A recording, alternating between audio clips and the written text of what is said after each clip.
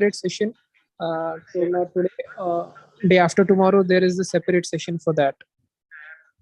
So there is no time. You have to make time. We have every day we are having sessions. So day after tomorrow, we will be having that quiz, sort of previous quiz solution discussion. Okay, thank you, sir.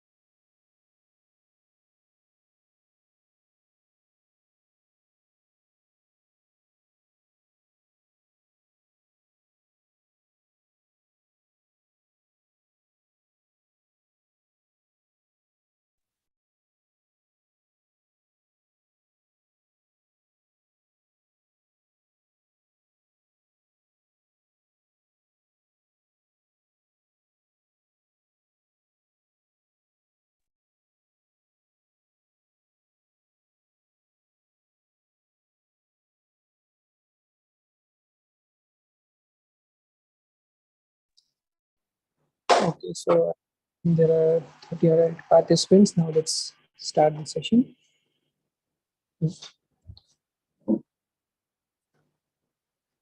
Okay, so what basically we'll be doing today is we'll have this revision session for week 5 and 6.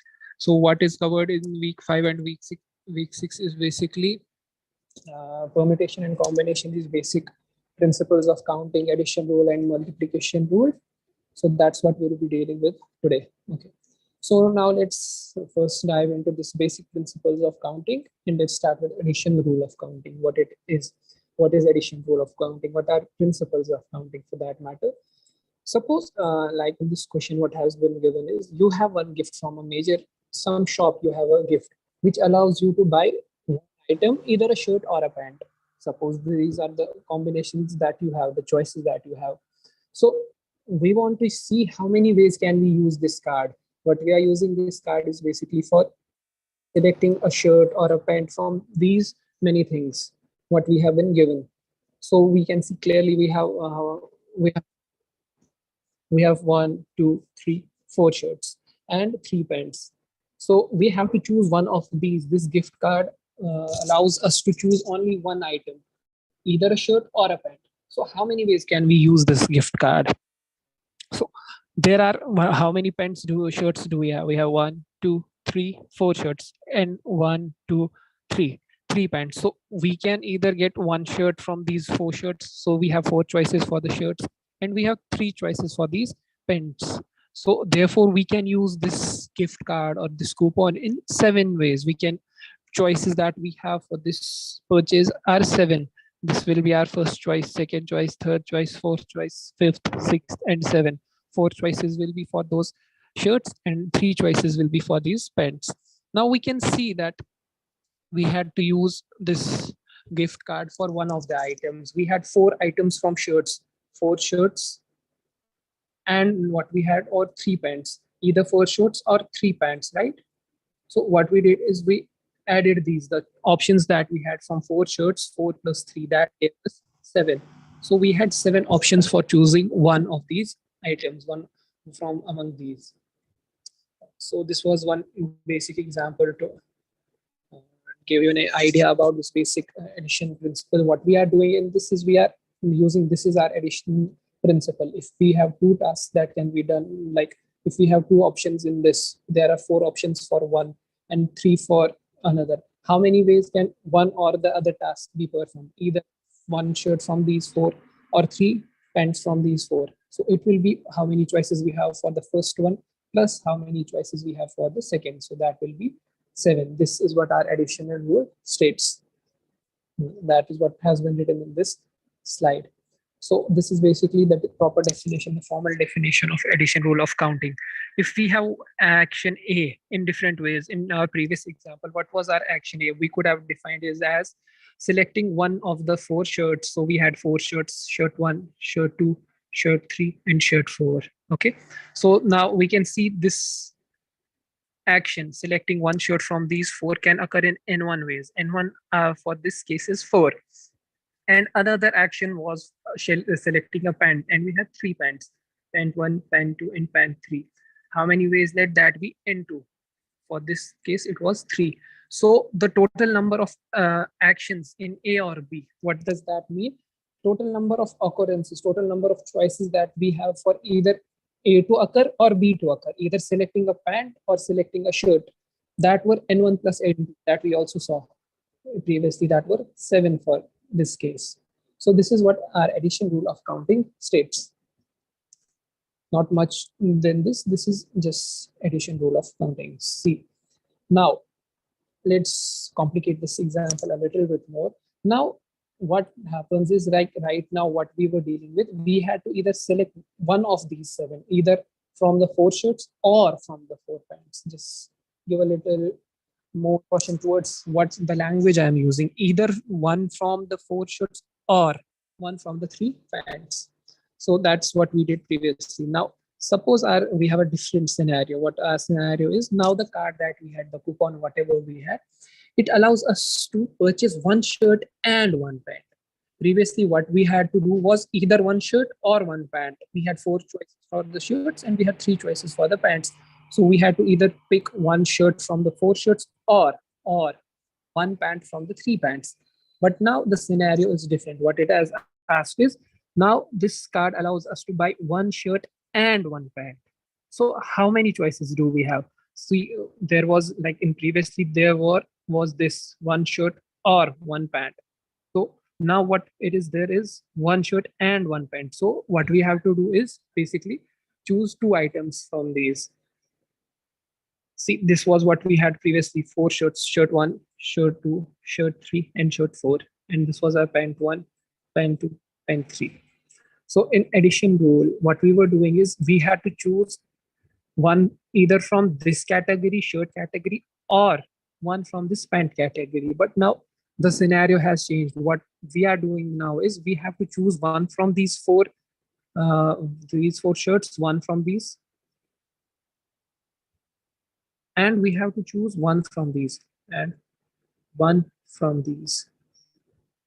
No, so how many ways can we do this? How many ways can we make this combination? So these are our, suppose this is what we can do. We can either go for this shirt 1 and this, or it can pair with this. We can choose one yellow shirt and one blue pant, or what we can do is we can do this. This is one combination that we will have. This is one way of doing things. Or what we can do is this one and this one, blue and blue shirt, black pant, or what we can do is blue shirt, blue pant, or blue shirt and red pant. Similarly for green we will have again the same choices, either a black pant or a blue pant or one red. And for red also we'll have the same options available, that is either we'll choose a red shirt and a black pant, or red shirt and a blue pant, or red shirt and a red pant. So this is what basically is happening in this scenario. We have so many options available. So this is what we basically saw in the previous slide. We can make these combinations, either a yellow shirt and a black pant, or what we can do is for the yellow shirt, we'll select a blue pant, or the yellow shirt, we'll select a red pant. Similarly, for the blue shirt, we can do the same. Then we'll do the same for green shirt as well. This is pictorially been represented. And then finally for the red shirt, we can do same thing. So we can clearly see how many ways do we have. We can see the options that we have. We have 3 for this. For this combination, we have 3. For this one, we have 3. For this one, we have 3. For this one, we have 3. So these are the options that are available to us. Previously, we had just 7 choices available, but now what we have 3 from this and 3 from this, and this. These are the choices that are available to us in this scenario.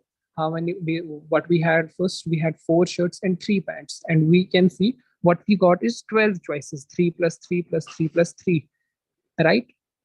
So this is just to give you an idea of what multiplication rule of counting states. Now this is the tree diagram for this. If this represents, I think, yeah, shirts, and these are the pants that will go with those, right? Either we can get this yellow shirt, then with yellow shirt we can choose a black pant or a blue pant or a brown pant. So for one shirt we will have three options. One shirt will have three options. So how many options will four shirts have? If one shirt has three options, how many options will four shirts have? Simply 12 options, right? So this is what our multiplication rule of counting also states. If one action A, suppose we have this one action A, just a moment. Okay, suppose we have one action A.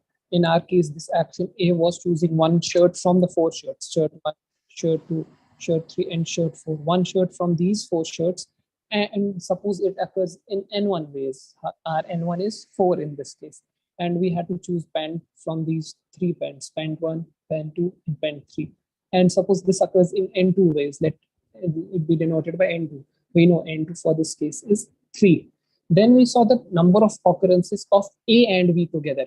Okay, by this A and B together, what I mean is, previously when we were dealing, we had to choose either one shirt or one pant. So either A was occurring or B was occurring. A and B were not occurring simultaneously together. But now, since we are choosing one shirt and one pant, clearly A and B are occurring together. So the ways of A and B occurring together that we also saw pictorially, that are n1 into n2. We saw that to be 4 into 3, 12 ways. Therefore there are 12 ways that we can choose one shirt from four shirts and one shirt from the three pants. Any doubts up to this point, anyone? No, sir. Any doubts? No, sir. Okay. No, sir. Suppose now what happens is, we have now two shoes as well. Previously we had four shirts: shirt 1, shirt 2, shirt 3, and shirt 4. And we had pant 1, pant 2, pant 3. Now what we've done is, now we have changed the scenario a bit. Now we have two shoes as well: shoe 1, sh1, let it be denoted by sh1 and sh2. Now we have two additional things been given. One additional action has been given, to say in other words. Now suppose we have to make a this pass allows us to choose one from this shirt, and one from this pant, and one from the shoes. When we go to a shop, we have to get dressed, so we want one shirt, one pant, two. So from each category we have to choose one of these. So how many ways can this go? Now we can clearly see, either for this, let me erase this will be a little confusing right now. We can see, for say suppose this yellow one, we can either, this is not visible, okay, we can either get this for this, and then either this one and this one that we previously saw. Now then what, for if we chose, suppose, black pant, we chose yellow shirt, we chose black pant, then we have two more things to choose. Either we can choose a black shoe or we can choose a red shoe, right?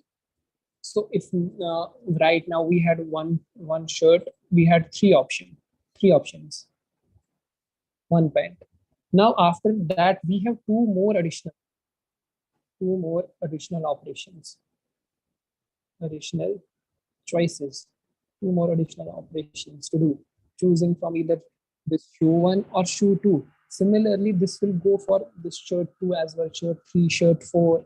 So what we will get is, we will get something like this: yellow shirt, black pant, black shoe; yellow shirt, blue pant, black shoe; yellow shirt, red pant, black shoe. So what we are doing is, we are basically keeping this yellow shirt and black shoes constant, and we are changing the pant. After this, what we will do is, we will keep this blue shirt and black shoe constant. We'll change the pant color. Similarly, we'll keep this green shirt and black shoe constant. So what we previously saw, there were 12 ways for doing this, right?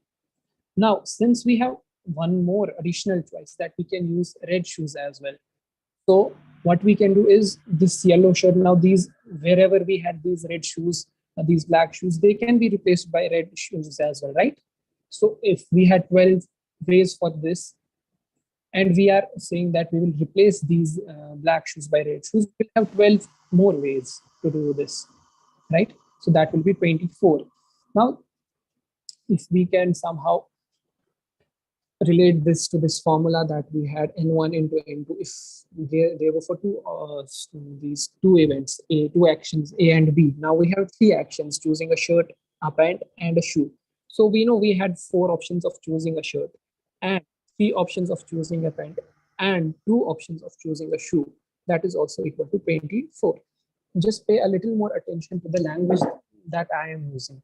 12 four ways of choosing a shirt, and three ways for a pant, and two ways for a shirt.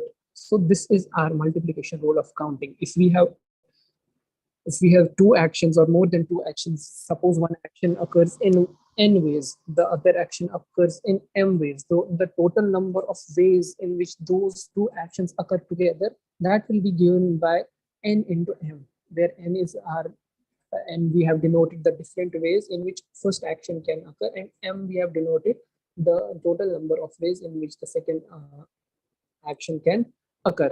So this is like we extended to three actions right now. Similarly, if we have more than three actions, suppose we have r actions, so it will extend to these r, the number of ways we have for each of these actions. This will extend to r actions.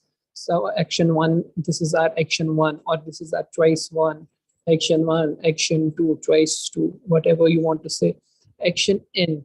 So the total possibility will be how many ways we have for performing each action, n1 into n2 up to so on up to n r. So this is what our multiplication rule of counting states. Any doubts in this, anyone? Also, So in the next week, like now that we have gone through week 5 and week 6, this is just a revision session. We know what we are going to be within week 6. We will see that this multiplication rule and addition rule, it is what basically we will be using in week 6 only, right? Suppose this, we will see in the upcoming slides as well how we can relate these addition rule and multiplication rule counting to permutation and combination, that we will see in a while. Now let's come to an example. Suppose somebody asks you that create a 6 alphanumeric. So alpha means we can use alphabets and we can use numerics from 0 to 9.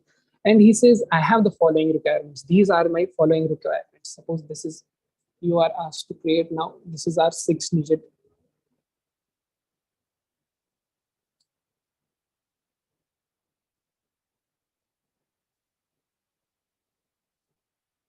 Suppose this is what our password will look like. He has said, create me a 6-digit password, 6-digit password. Okay. What the condition is that this must be alphanumeric. That means we can use both alphabets and digits, the numbers for this. Now the person has said, I have some restrictions. If you are going to make me a password, I will give you some restrictions that you have to follow. We can see it. Suppose we are sometimes logging into some site and it says, you must use this combination of the letters, you must use this, you must use that. So in that sense, the person is telling us, okay, I have some restrictions that I need to ensure are there in the password. So what the restrictions are, the password should have first two letters. So for these, this must be letter 1 and letter 2. So this must come from the 26 alphabets, right? A to Z. This L1 and L2 will be from there, okay? Followed by 4 numbers. Suppose this is our number 1, number 2, number 3, and number 4. These numbers will come from basically 0 to 9, right? So this is the first restriction, the first condition that the person has said is that we should ensure.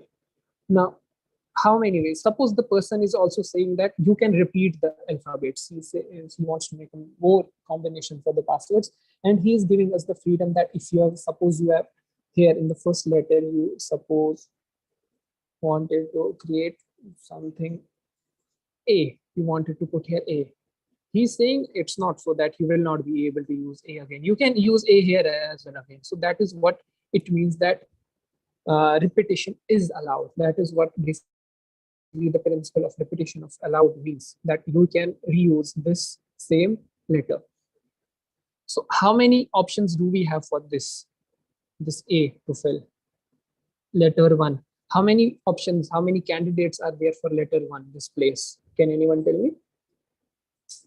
26. Right, 26. 26. Right. Now we have this second letter to make. How many options are there for the second letter? Given that we can 26. repeat. Okay, 26. Right. Now after that we have these numbers n1, n2, n3, n4. Right. We have how many total numbers? 10. Right. So this will have 10 options, any one from these 10. Okay. Then for the second one, how many possible ways we will have? How many options we will have? Anyone? 10. 10. For the third one, how many similarly we'll 10. have? 10. And 10. for the fourth one, we will have 10. So repetition is allowed. That was the first case. So total number of ways we can select a password will be 26 for the first place, and 26 for the second place, and 10 for the third, 10 for the fourth, and 10 for the fifth, and 10 for the sixth place. So multiplying this, we'll get this number, and we can see how many ways we can select a password from these. Suppose now if the person had said these uppercase and smaller lowercase are different, then we'll have to think of something else. But just to give you an idea, we can see this is a large number, a huge number of passwords that we can form. Now suppose the person has said, okay, I don't want it. Now I gave you the freedom to repeat whatever you were, these alphanumeric codes that you were. Now I am not giving you the option to repeat this. So if you have used A here you cannot use A is not permissible for you. It's not permitted that you will use A here. So if initially I had 26 options, 26 alphabets are there, since suppose I put A here. Now of these 26, A is gone, right? A I cannot use. How many options, how many choices I am left for this L2 now? 25. 25, right? For this A, it will be 26. Okay, done with the alphabets. Now numbers. How many numbers I will initially have? 10. Okay, suppose I used a number, let's say 3 here. So from I have 1, 2, 3, 4, 5, 6, 7, 8, 9, sorry, 7, 8, 9, and 0. These are the one I can use. Suppose I use 3. This 3 I cannot use. Now how many options do I have left? 9, right? Suppose the digit I used was 0. Now how many ways I am left with? 1, 2, 3, 4, 5, 6, 7, 8, right? Now again, suppose 5 I used. Now I'm left with 7 ways of selecting this last digit, right? D4. So how many ways do we see? It will be 26 into 25 and 24 ways, then 29 ways, and 8 and 7. Solving this, we will see that we get a number 3276000. So when we can see when repetitions were allowed, we see the number was larger than the case in which repetitions were not allowed. Any doubts in this question?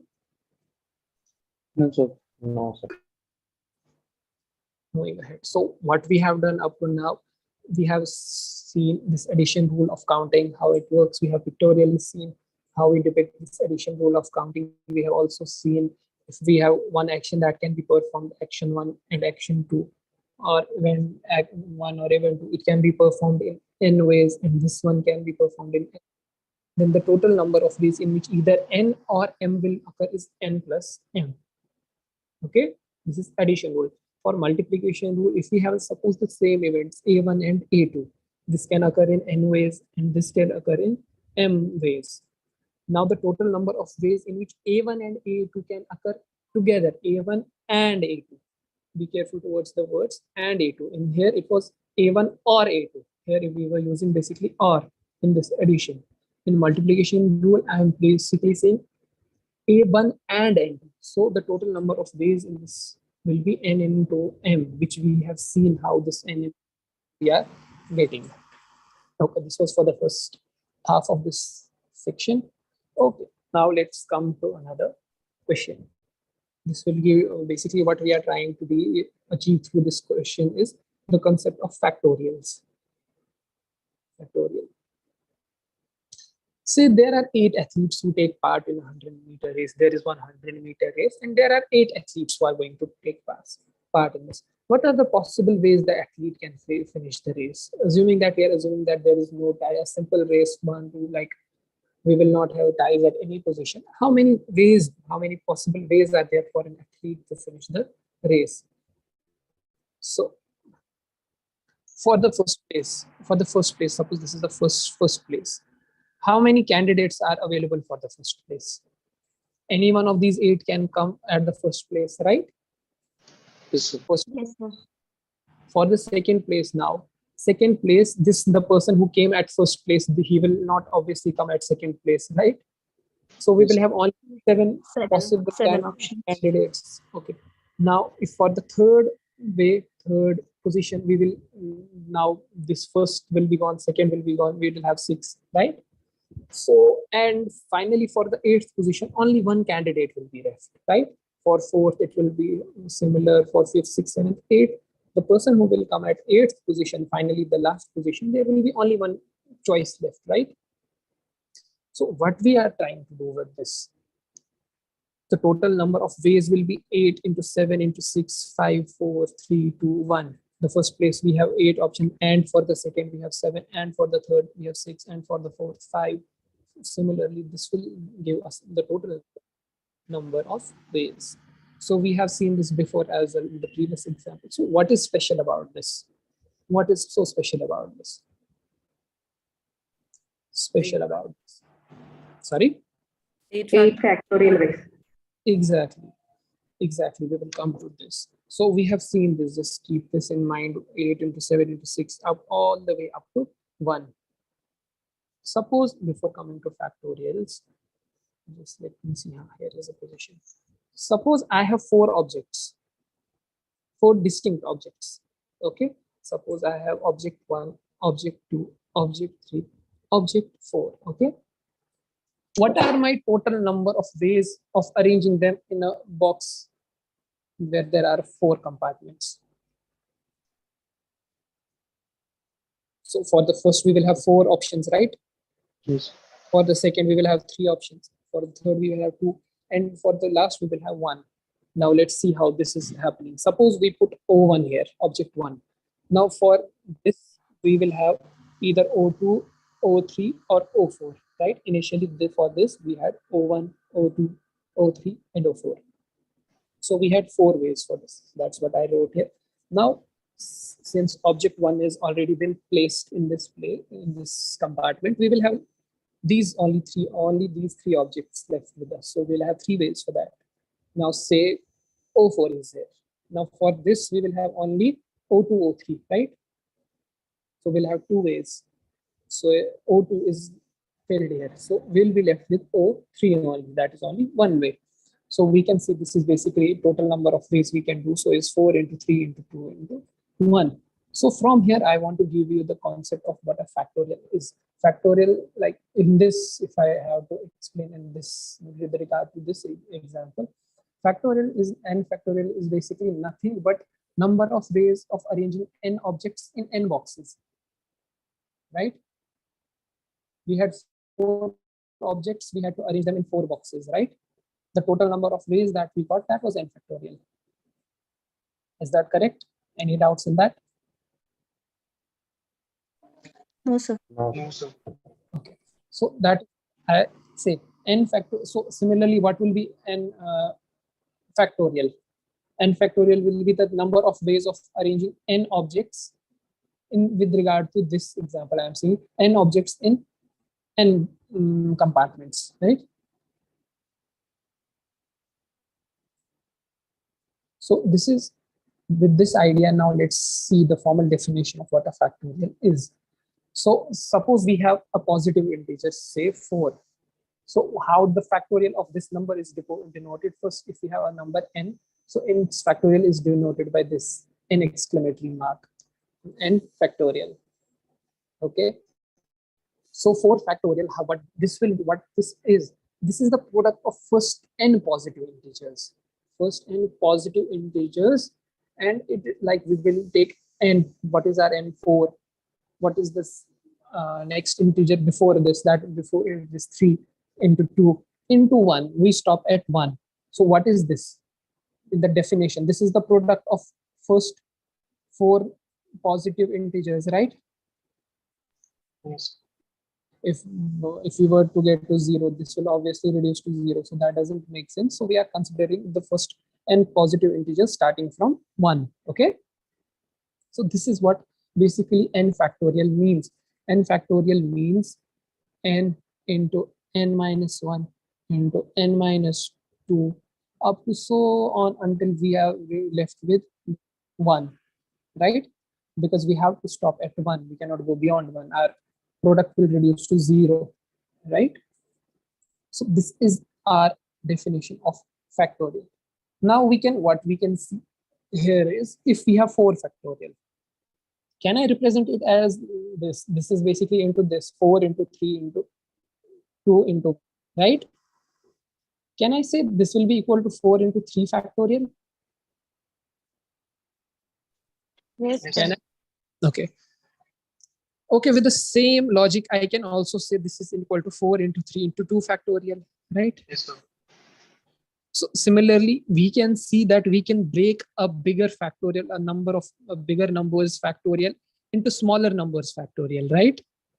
Whichever way we want it to be. Suppose we have some expressions, sometimes we will have 6 factorial over 3 factorial. In this, we want this denominator gone. So what we will do is, we know this will condense to 6 into 5 into 4 into 3 factorial, right? Divided by 3 factorial. From there, this 3 factorial will cancel with this 3 factorial. So this is important when we have to simplify such expressions. This was a pretty simple expression, but sometimes we might get a complicated expression. So there we need to break down this factorial of a bigger number into smaller factorials. And we have seen that it's not that necessary we will stop at one point. Whatever we require, we can stop there. If it was 7 factorial by 4 factorial, what we would do is 7 into 6 into 5 into 4 factorial by 4 factorial. But if it was 7 factorial by 5 factorial, this time we would stop at 5 factorial only. 7 into 6 into 5 factorial over 5 factorial. So as per our needs, we can stop at whichever point that we are comfortable with. But this is there, n factorial, we can condense it into n minus 1 factorial, or which can be written as n into n minus 1 into n minus 2 factorial, right? Similarly, this can go on up to 1. This is how we are breaking down these factorial things. Okay, any doubts up to this point? Anyone? No, sir. Okay. So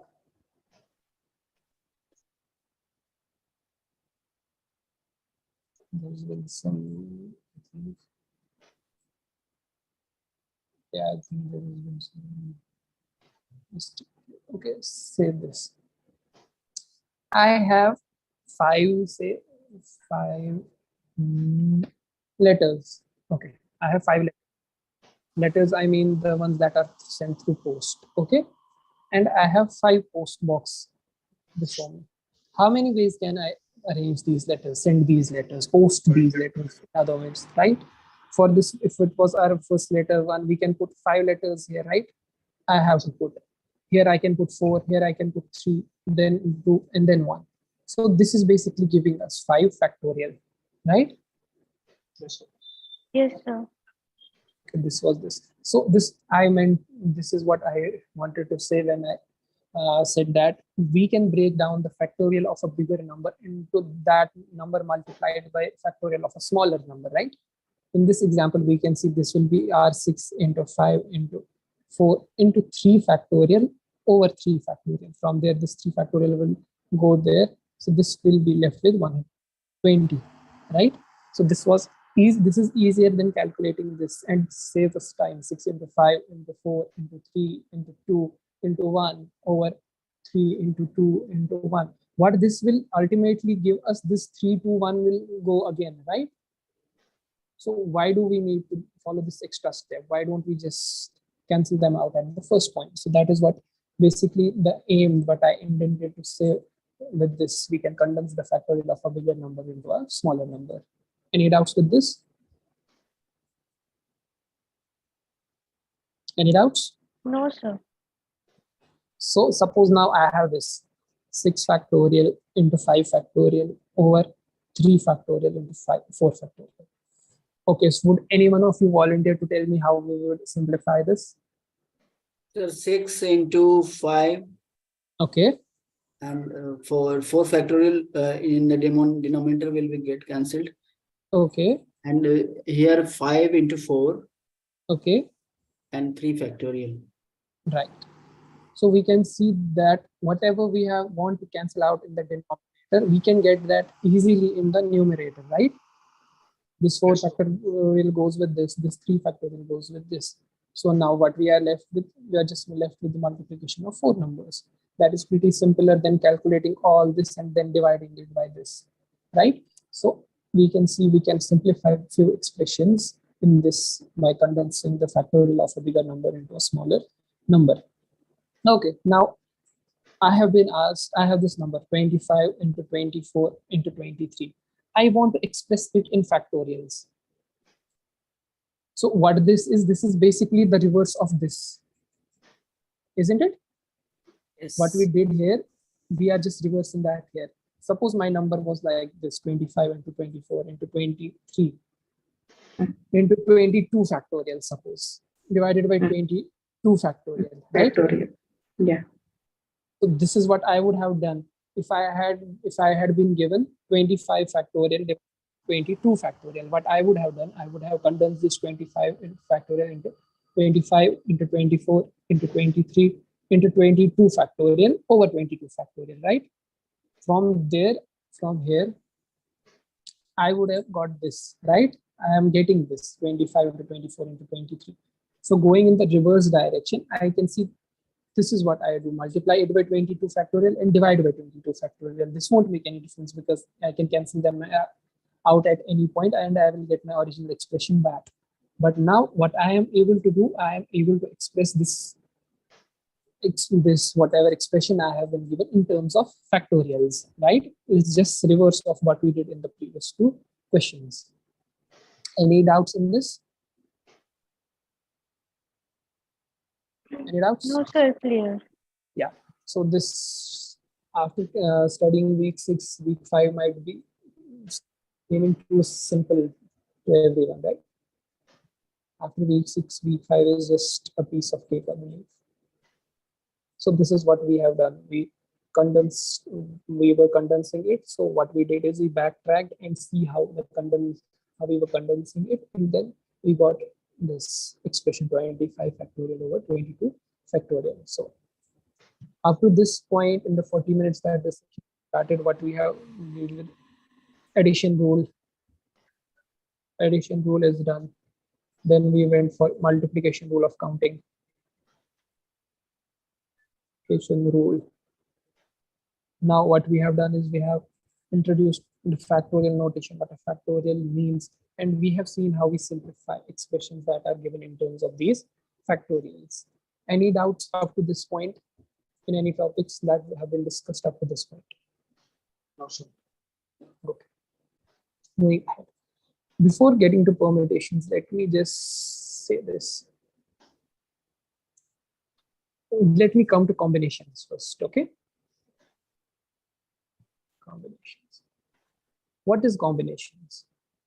Okay, would any one of you volunteer to explain what this combination is, what we are doing in combinations? The number of ways you can select a given number of things from another. Right. That is not important. Order is not Order is not We are important. just Yeah. exactly. Yeah.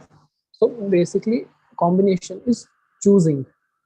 We are choosing objects only, right? This is just one step process. What we have, if we have been given four distinct objects, we have to choose two objects. So we will say we are choosing two objects from four objects. So that is what our combination is. We just have to choose. We don't care in the order that we are choosing. We don't care about that. The order doesn't matter. we just have to choose. Okay, we just have to select. Combination is choosing or selection.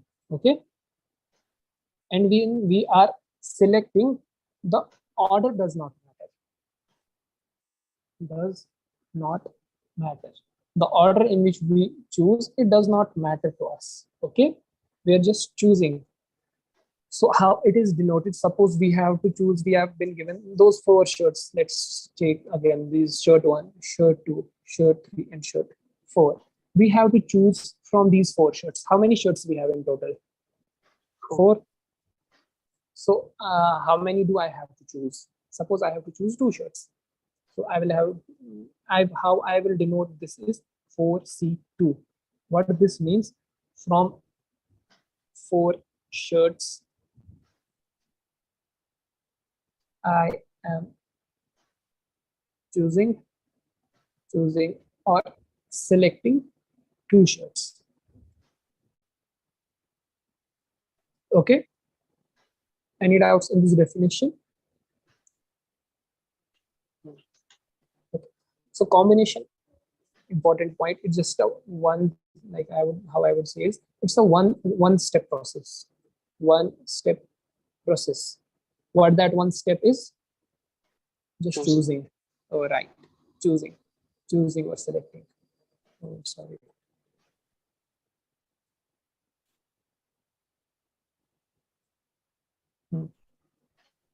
It's a one-step process where we are choosing or selection. This was in combination. Now, we have been given mathematical expression how to calculate this 4C2, right?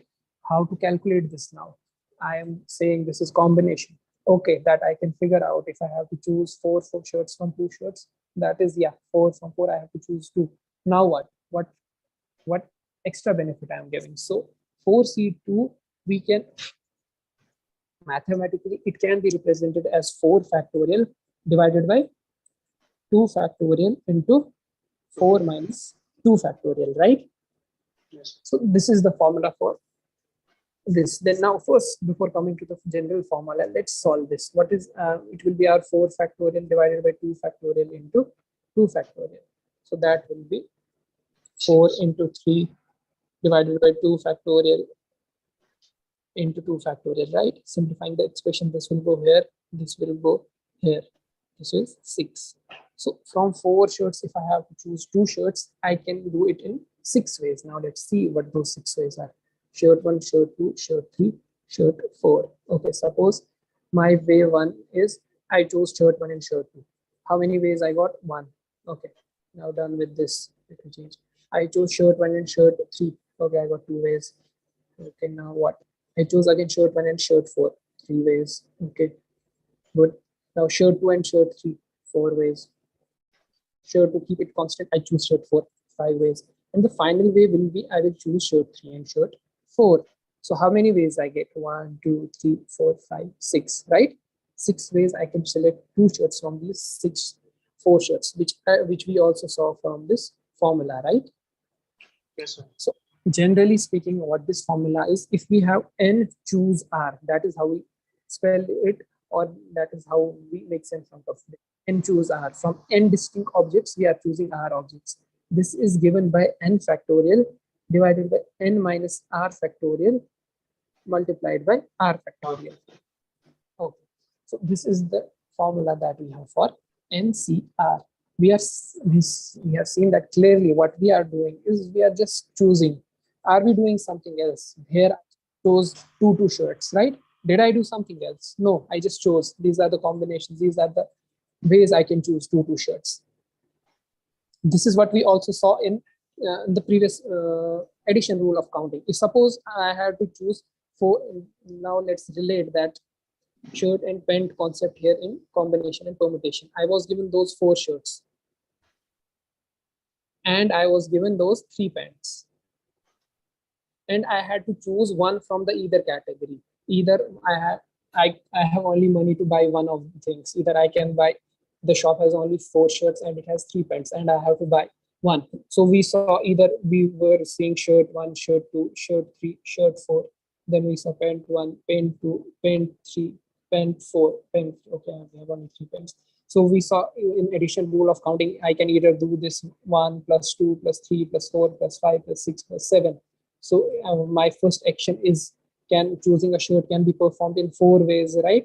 My other action can be performed in 3 ways. So the total number of ways will be 4 plus 3, that is 7, right? That we previously also saw. So how we can relate to that basic rule here. Now, how many shirts do I have? 7. 4 shirts. 4 shirts. And how many pens I have? 3 pens. And I have to choose one from either of the category. So I have to choose. I have to select. So it will be 4. Either I will choose one from these 4, or I will choose 3 from the one from these 3. Right? Any doubts in this? What I said right now? Either I will choose one pant shirt from the 4 shirts, or I will choose one pant from the 3 pants, right? This should logically give me the answer 7 that we saw here, right? 4 plus Yes. 3. So now let's solve this and see whether we are correct. What is our 4C1? It will be 4 factorial divided by 4 minus 3 factorial into 1 factorial plus 3 factorial divided by 3 minus 1 4 factorial. minus 1 factorial.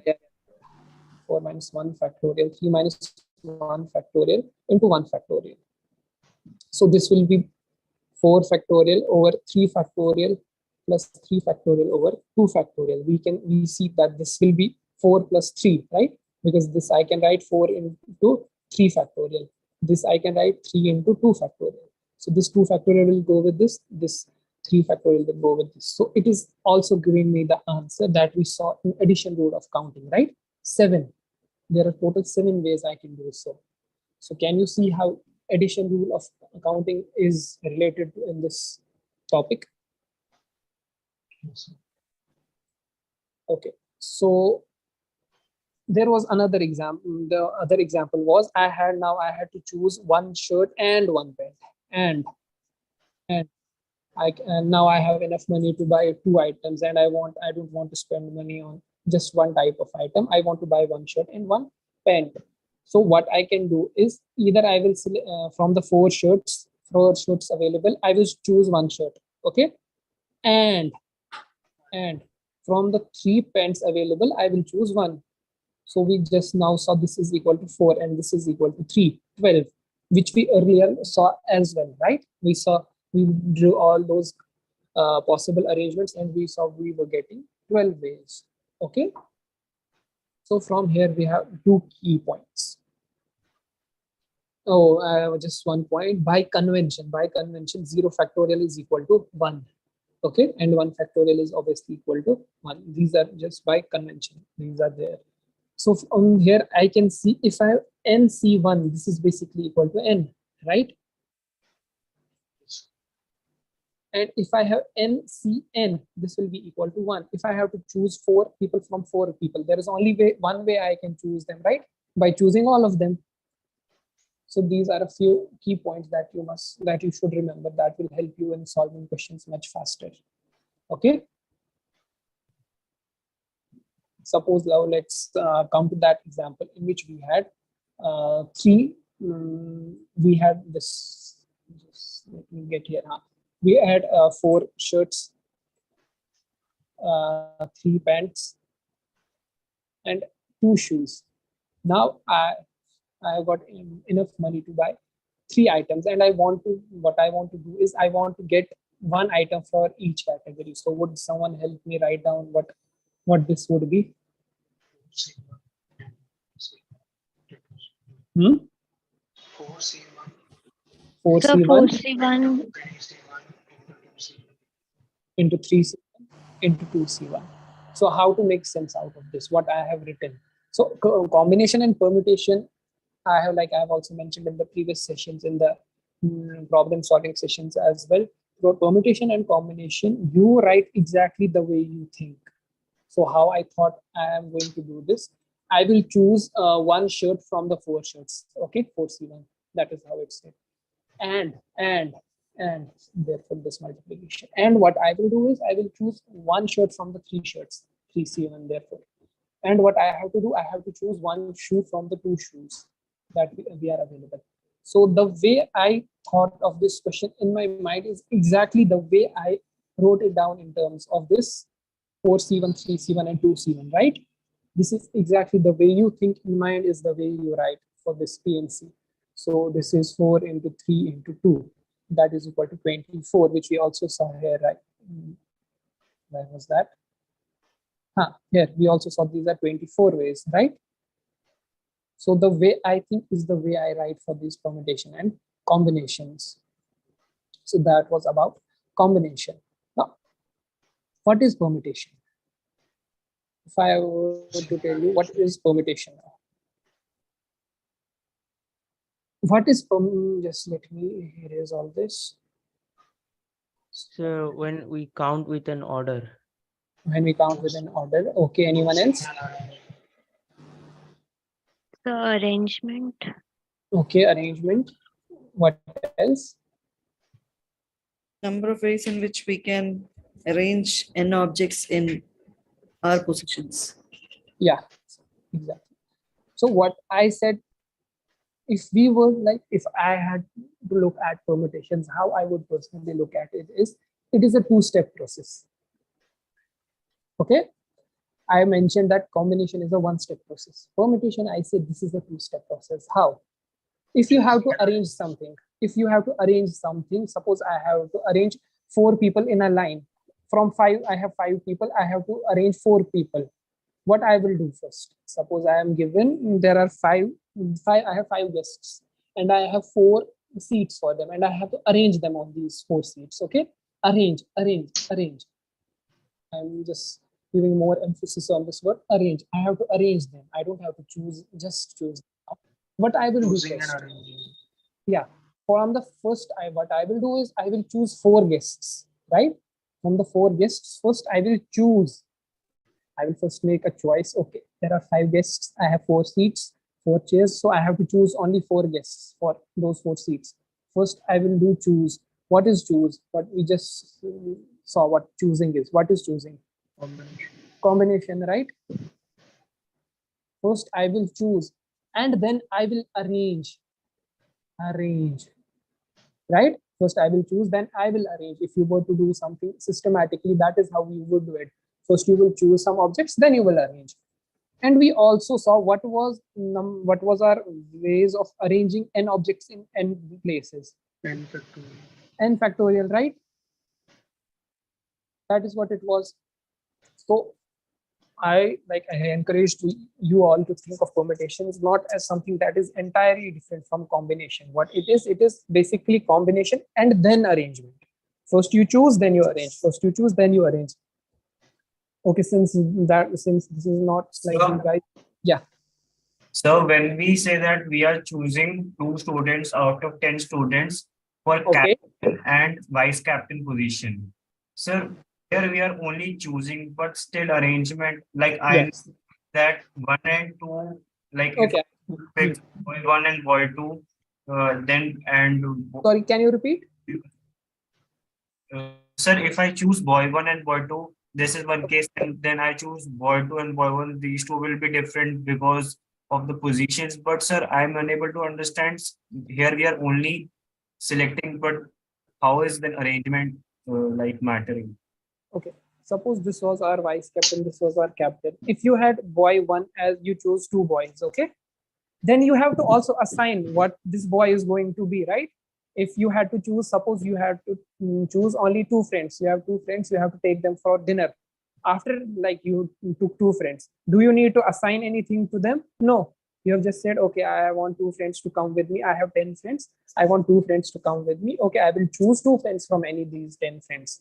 Now, when I said I have to choose a captain, I have to select a captain and a vice captain. Is it enough for me to select 2 people? No. Because if I select 2 people only, then what? I have to make one person a captain and the other one vice captain, right? In this case, there I am not just finished if I choose them. I have to arrange them in the positions. Either one is going to be captain or the other is going to be vice captain. So are you following this? Yes, sir. Okay. So this is what basically permutation means. Permutation means, just a moment, let me, okay. Okay. What permutation is formally, however define it is, permutation is an ordered arrangement of all or some of n objects. What it means is basically either I can arrange all the objects that I have been given, or I can arrange few objects. How it is like denoted, we saw combination R was NCR. So what is NPR? It is denoted by P, since P stands for permutation. We have n objects, okay? We have n objects. From the n objects, what we have what we have to do is we have to arrange them. These are objects from the n objects. So what we will do first, we will choose these are objects, right? From the n we will choose our objects, and then what we will do, we will arrange them. Okay, n factorial. This is N factorial. yeah, this is what I was saying when I said this is permutation and combination is exactly the way you think in mind, is the exactly the way you write it. First I will choose R objects, then I will arrange those. First choose, then arrange, right? We saw what arrangement is. If we have to arrange R objects in R places, it will be R factorial, right? That's why I gave that example earlier, so that you will be able to relate. R factorial is basically arrangement of R objects at R places, R boxes, whatever that is. Okay. So what this NPR, this is just a way of relating NPR and NCR. What are NPR is? It is n factorial divided by n minus R factorial. This is how mathematically it is given. Okay, we had this formula for NCR, right? It was n factorial divided by n minus R factorial into R factorial. Now I am saying my NPR is equal to NCR into R factorial. What is my NCR? It is n factorial over n minus R factorial into R factorial. And this R factorial is there into R factorial. This R factorial goes with this. So what we get is n factorial divided by n minus R factorial. And hence we conclude, yes, the way we think is the way we write, and that is in fact the formula for our permutation. Okay, any doubts in this? Anyone? No, sir. Okay, no, nobody has any doubts in this one. Just a moment.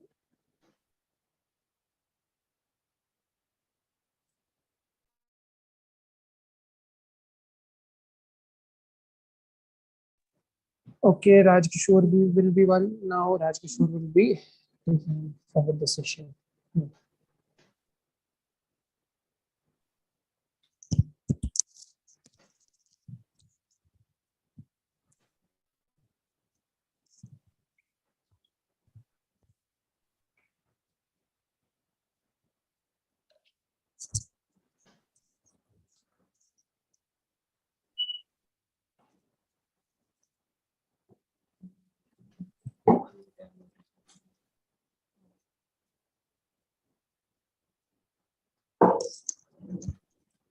Okay, so hello everyone.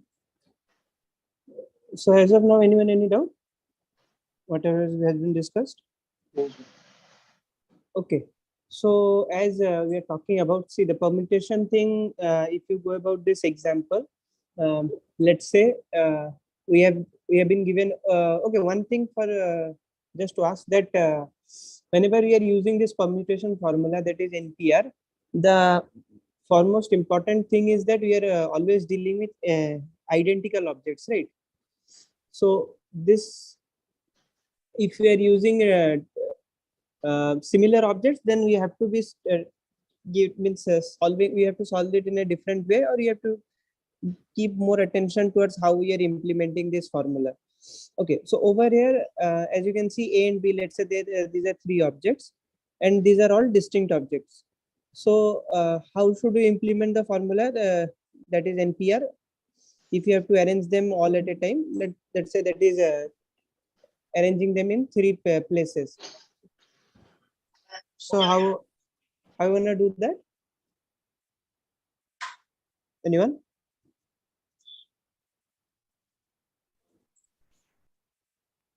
Am I audible, guys? Yes, sir. Yes, sir. Okay. So basically you will have three objects, and then you have three objects, and you are arranging them in three possible places, right? So it would be 3p, or you can write even it 3 factorial ways. Now doing it this way, so if you have to find a correlation between this NPR and whatever we were doing in week 5, that is the multiplication rule. So you can say that either I can do it, let's say 3p3, that is 3 factorial ways, or even if I can write it in the other way, that if there are 3 positions to be filled, then in my first place I can fill it in 3 ways. I can once I fill the first place in any of the element, that is either A or B or C, then I'll be left with 2 more choices, and then at the end I'll be left with 1 more choice. So that would also give you 6 possible ways.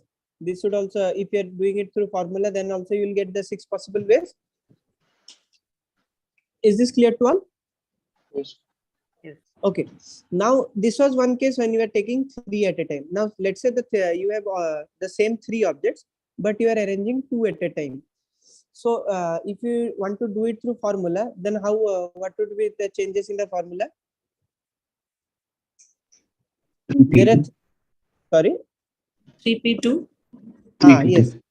We have 3 objects to arrange, and there are 2 places, or you are taking 2 at a time. So it will be 3p2. And if you are doing it in the week 5 way, that is the factorial, 3 into sorry, 2.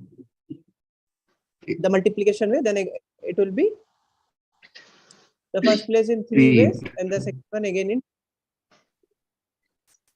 Is this clear? Yes, sir. Sir. Okay. So now, okay, I just to discuss some few questions regarding this permutation and combination.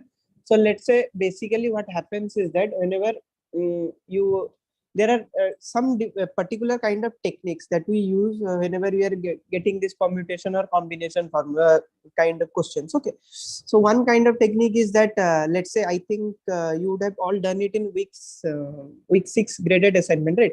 That what are the number of possible ways of finding 4-digit or 5-digit number, and they are divisible by 4.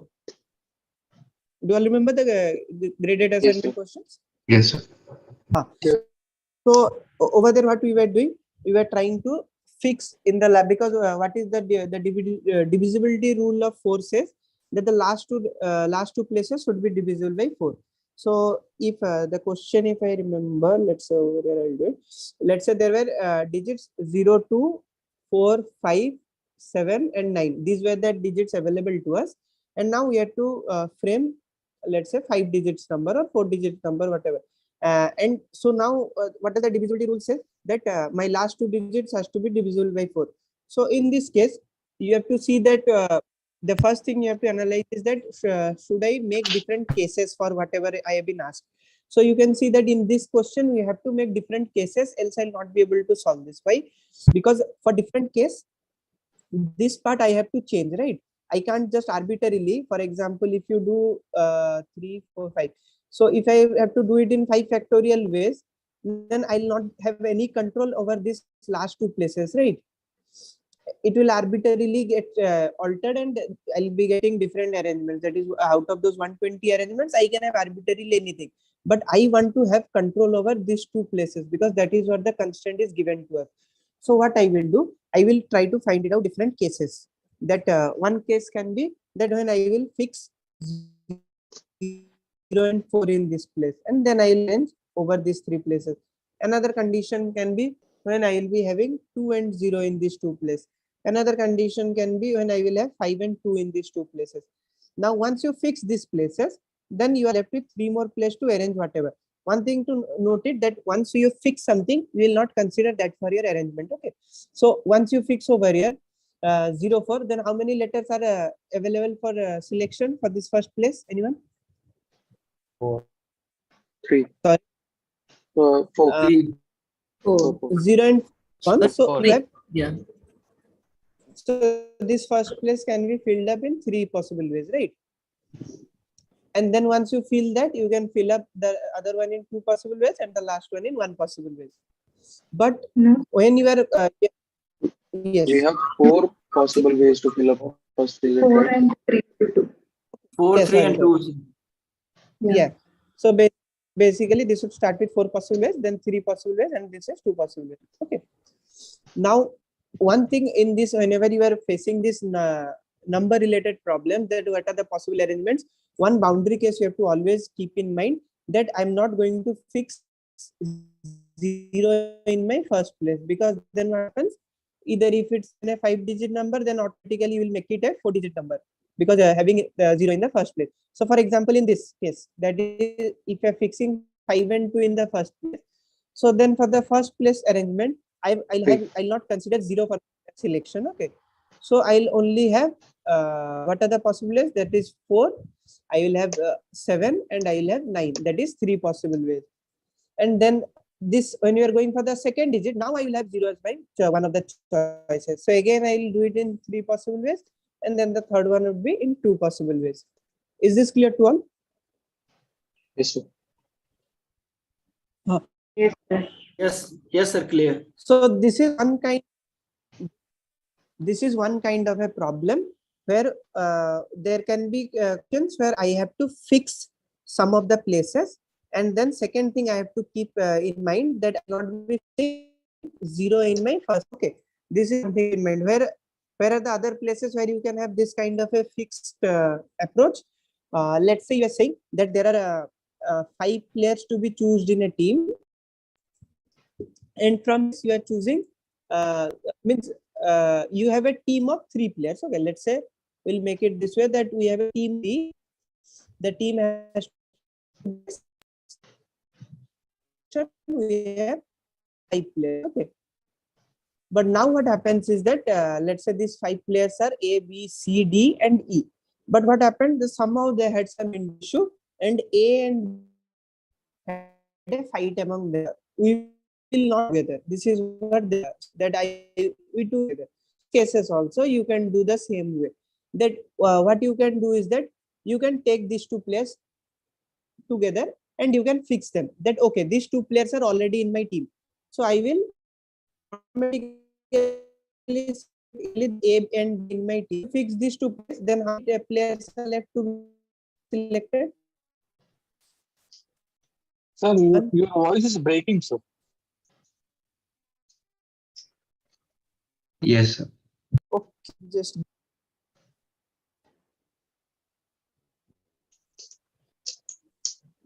a second. Is it better now? Yes, sir. Yes, sir. Okay, so what I was saying is that where I was okay, so once you have selected A and B into your team, then how many players are left to be selected? 3. How many 3 players are players. there in option for selection? 3 3. players, and we have only 1 position, right? Yes, sir. Yeah, so these can do it 3 So your right? voice is again Is breaking. this clear? Sir, your voice is breaking.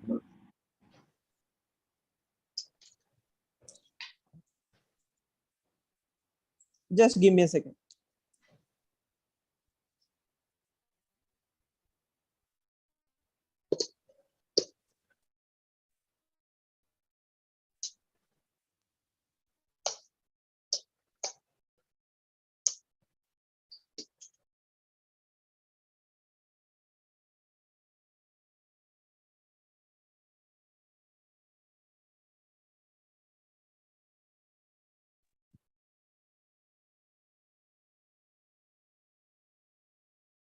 Okay, is the audio clear now?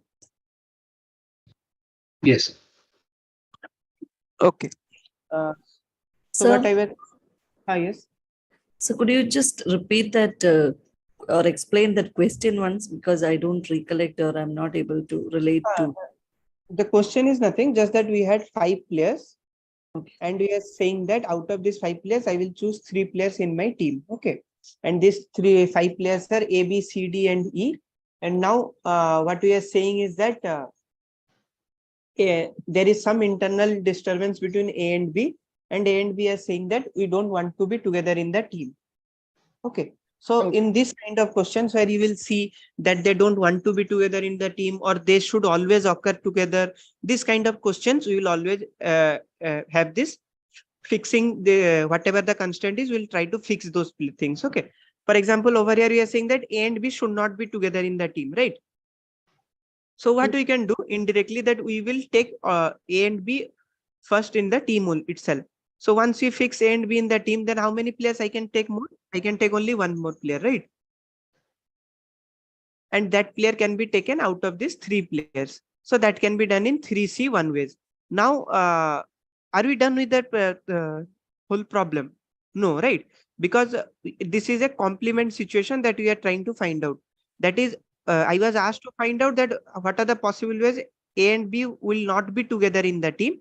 But I have actually calculated with the condition that A and B are already in my team. So what I will do actually, that I will do 5C3 minus 3C1. That would actually give me the number of possible ways where I'll not have A and B together playing in my team. Is this clear how we are getting this 5C3 minus 3C1? Yes, sir. Anyone who didn't get it? No, sir, I didn't get it. Can you repeat? So see, what we are saying is that when we are saying 5C3, what does that mean? That means that I'm not putting any condition. Out of this 5 players, I can choose any 3 players and I can form number of possible ways where I can form a team, right? Yes, sir.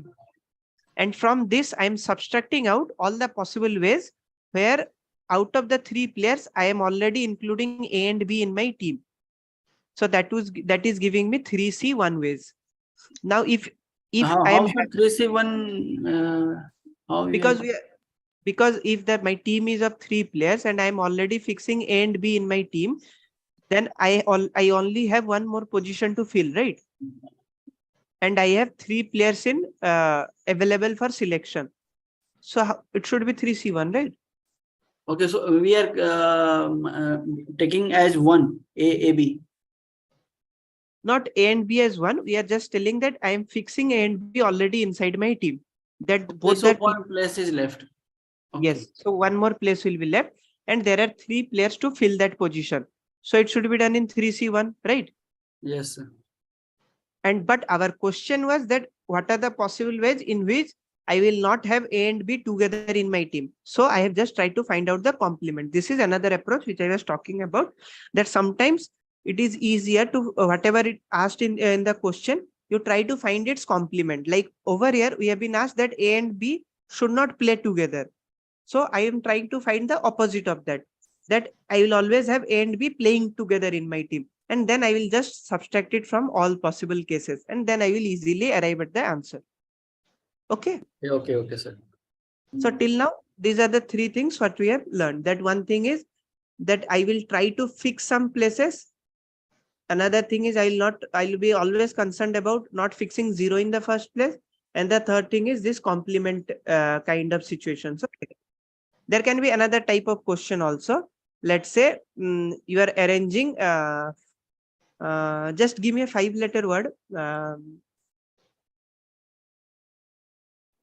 Anything, I'm not able to recall any 5. Anyone, anybody, any 5-letter word you can give, or okay. I'll just Create. That's a 6-letter word. Table. Sir, double. Double. D-O-B. Okay, somebody gave me table. I'll take that only.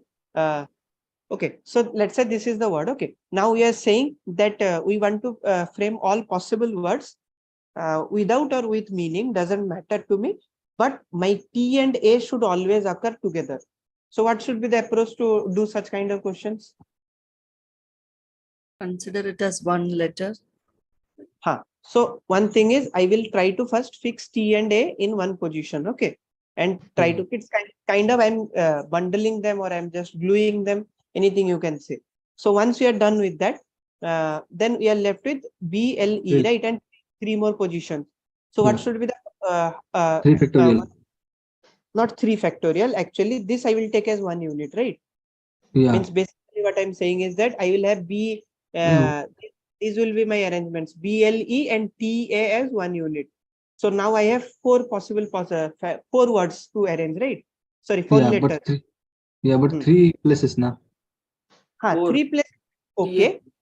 But thing is like now what I will be doing that I will be having 4 places altogether. So this would be the arrangement that TA will be over here. Let's say BLE. This is one way. Another, let's say 4 possible ways. Let's say over here B comes over here, TA comes LE. Another possible way can be that over here B comes, L comes, over here TA comes, and then E. We are understanding that this TA, I'm taking it as one unit, but ultimately this is also now one letter altogether. Okay, and I'm trying to arrange it in different ways. So there are 4 factorial ways, right? So it can be, it should not be AT also, right? T and A together means it has to be T followed by A. Is that a?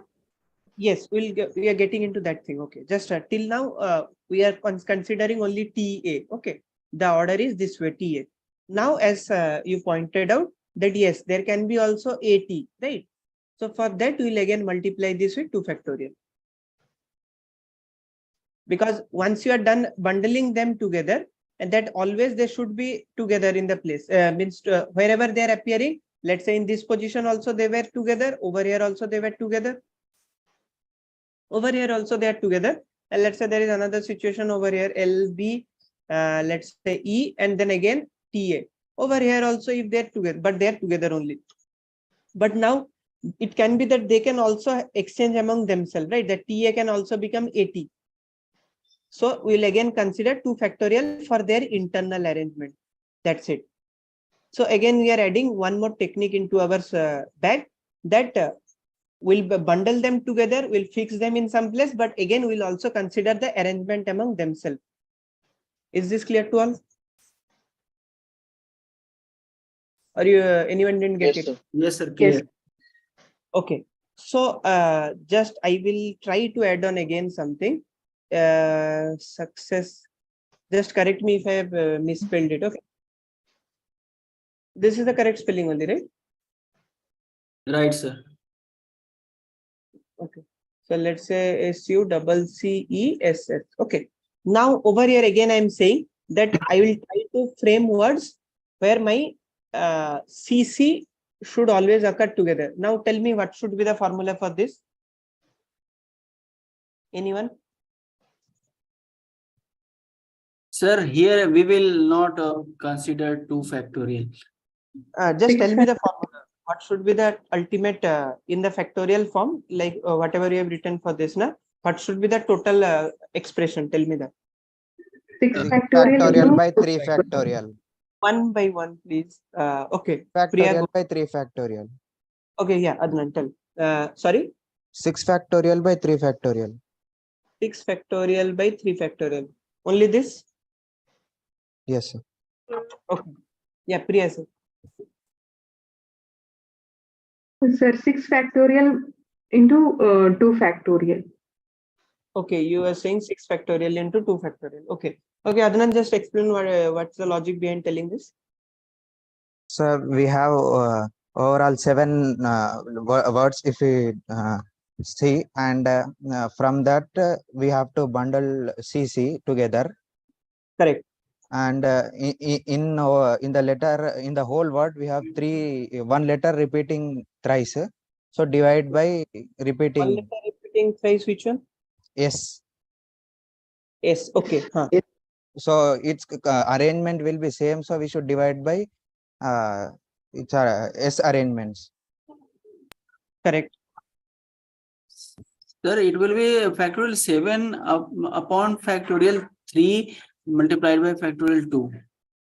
Okay, you are saying factorial 7, then? Factorial 7 by factorial 3 multiplied by factorial 2. Okay, and why? Sir, because we are having 2C repeated and 3S repeated. Okay. And total place are 7. Okay. So you are saying ma'am has derived this formula. Okay, but the conditions were, I don't think that Mehmet said about that both the 2C has to be always together. Okay, okay. What- Always together is also. Yeah, we have ma'am. What ma'am has done, I think it is that. How will you arrange this Sir, sir, whole? okay, okay. Then factorial 6 upon factorial 3. That is the right answer. Okay. Anyone with any different answer other than these three answers? Factorial 6 upon factorial 3 into 2. Factorial 6 into factorial 3 upon 2 factorial. This is what you're saying? No, no, into 2. Okay, into 2. Nothing in the denominator, right? No, sorry, I meant 6 factorial upon 3 factorial into and 2 factorial in the numerator. Okay. So it is 6 factorial divided by 3 factorial, and over here it is 2 more factorial, right? Yes. And what's the explanation for it? 1, 2. So I'm considering 6 characters, and then there are 2 ways of arranging double C. When and then since S is appearing 3 times, so divide by 3 factorials. Okay. Okay. So the thing is, I'll say you that again, the first thing, as we are saying, that according to our constraint, we will fix 2 C's together, right? Once you fix 2 C's together, we are left with SU E double S. So in total, how many letters are there? This will, I'll take it as 1 letter, 2, 3, 4, 5, 6. So this is the first step we will be doing, that is 6 factorial ways. Now, as I'm binding this together, now I'm not concerned about it is repeating or not. But over here, if you see that my S is distinct, it is similar objects, right? For that, I will be doing 3 factorial. Now, one thing till this we have arrived. Now, there is one more confusion, that should we include 2 factorial or not? But will not be including 2 factorial over here. That is the only thing that is different from this case, that is TA case. Because C both are similar objects. So let's say saying C1 and C2, if you're doing, so for me C1 C2 and C2 C1, both the cases are same. Okay. So I'll not be considering 2 more 2 factorial into this. This is wrong. So the ultimate right answer would be only 6 factorial by 3 factorial. Is this clear to all? Yes, sir. Yes, sir, clear. Okay. So then one more thing which, okay, one more thing, can anybody tell me that it's okay for us because we are talking about repetition, but when we are talking about NPR formula, if you have such kind of similar objects and if the objects are not distinct, if just to see this part, that the formula is defined in a way that it will work only on n distinct objects. Okay. So if you wanted to solve this success for this success in a way, let's say 1, 2, 3, 4, 5, 6, 7. But you can't write it 7p7, that is 7 factorial, because our formula doesn't work for similar kind of objects. Okay, it will work only for distinct objects. But over here we have 3s which are similar and 2c which are similar. So basically we can't use this formula over here. We have to do it from first principle. Is this clear to all? Yes, sir. Yes, sir. Yeah. So there was one more question in graded assignment. I don't know, it was in week 5 or 6. But if you all remember that, let's say there was one headmaster, and there were people, let's say 6 people or 7 people, whatever. I don't remember the numbers. There were 6 people who wanted to click photo with the headmaster. So how Yes. many possible ways they can click photos, right? Now, we'll try to solve this also through first principle as well as through the formula permutation and combination. So over here, the first thing you should again consider is that again, should we make cases or not for this question? Or can we do it at one shot? Or do you think that we have to make different cases and then consider it? Cases, sir. Okay, others, anyone who, do you think that we can do it in one step and we don't need to form different cases for this? Yes, sir. Sir, can you repeat the question once again? The question is that there is a headmaster and he plans to take a group photo. Okay. And there are six students in that class, and they are fighting among themselves that I want to be with the headmaster and click the photo. and other. In this way, they are not able to decide that how many will stand with the headmaster and they will click photo. Okay. Just to give a clear idea that there is no hard and fast rule that those persons have to stand near headmaster. They just have to be in the photo frame with the headmaster. Okay. That's it. It's not that they have to stand close to the headmaster. All of 6 should be in a photo. There can be 6, there can be 5, there can be 4, there can be 3 people, there can be 2 people, there can be 1 people. It is that. Yes. Okay. Okay. If you want to do it direct, how will you do, Adnan? Subset thing. Subsetting how? 2 power 6 minus 1. One case where none of them are there. 2 to the power 6 minus 1. This is what you are saying? Yes. Yes. Yes, sir. Null set, yes. Okay. So 2 to the power 6, when you are saying, what you are considering that there are 6 people. Now each person can be in the frame or may not be in the frame, Yes, right? sir. Two options, either yes or no. So for each person, we are having 2 choices. This way, 2 to the power 6 cases, but there will be one case where all the 6 people have decided not to be in the frame. Then that case we have to subtract it out. Correct? Yes, sir. Okay. Anyone who didn't understand this approach? Understood, sir. So we can go through this 6C6 plus 6C5 plus. Yeah. I'll discuss. I'll do it in 3 different methods. This was one method. Anyone who didn't understand this method? Got it. So I got this method, but I didn't get it why they will decide not to be in the frame, because they all are fighting to be with the headmaster. That's why we are deducting one case. Yeah, see, we are first. Means in the graded assignment, they were fighting not to be in the same frame with the headmaster. So they have No. Who will be with the gray headmaster was the question, I think. Yeah, who wants to be in the frame and how many possible ways you can have people in the frame. For example, okay, if I have to put it, whoever was asking, let's say these 3 people were A, B, C, D, E, and F. Okay. And let's say headmaster is H. Now there can be one situation where we have, this is a photo frame. There can be one situation where I have A, B, and H in the, this is one photo frame. There can be one situation where I have only C and H in the photo frame. In this way, I can have numerous situations, right? And arrangement is not important here, no? So here combination is there. Yeah, these 2 are the same cases. Okay, if you have to take it, that BAH, this is also similar. Means we will not consider these 2 different cases.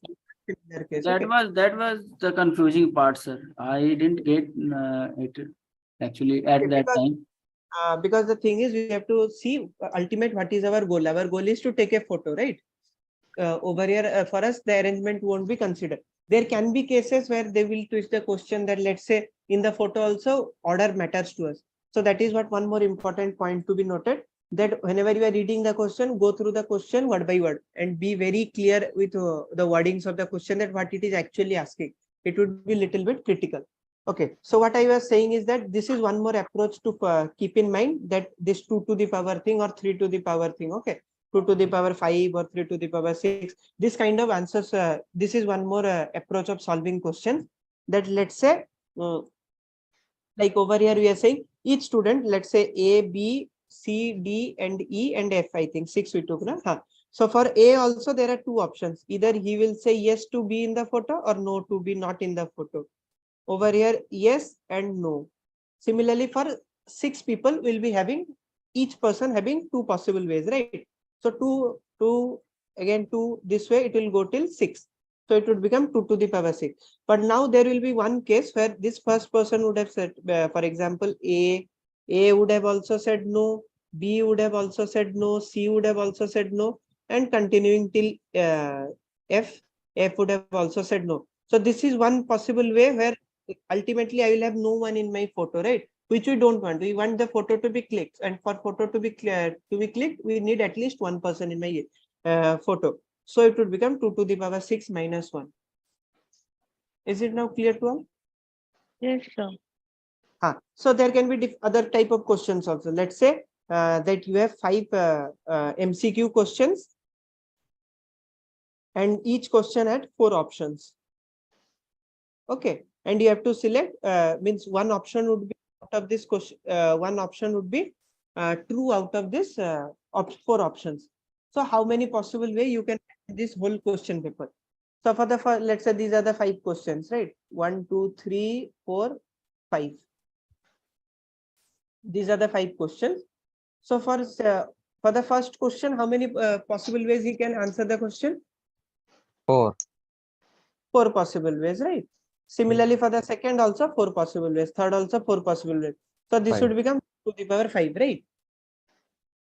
Now over here, again, we will be considering one situation that there can be one case, means, okay, not one case. Let's say if they are saying that the person has to at least answer one question, then what would be the twist in the solution to it?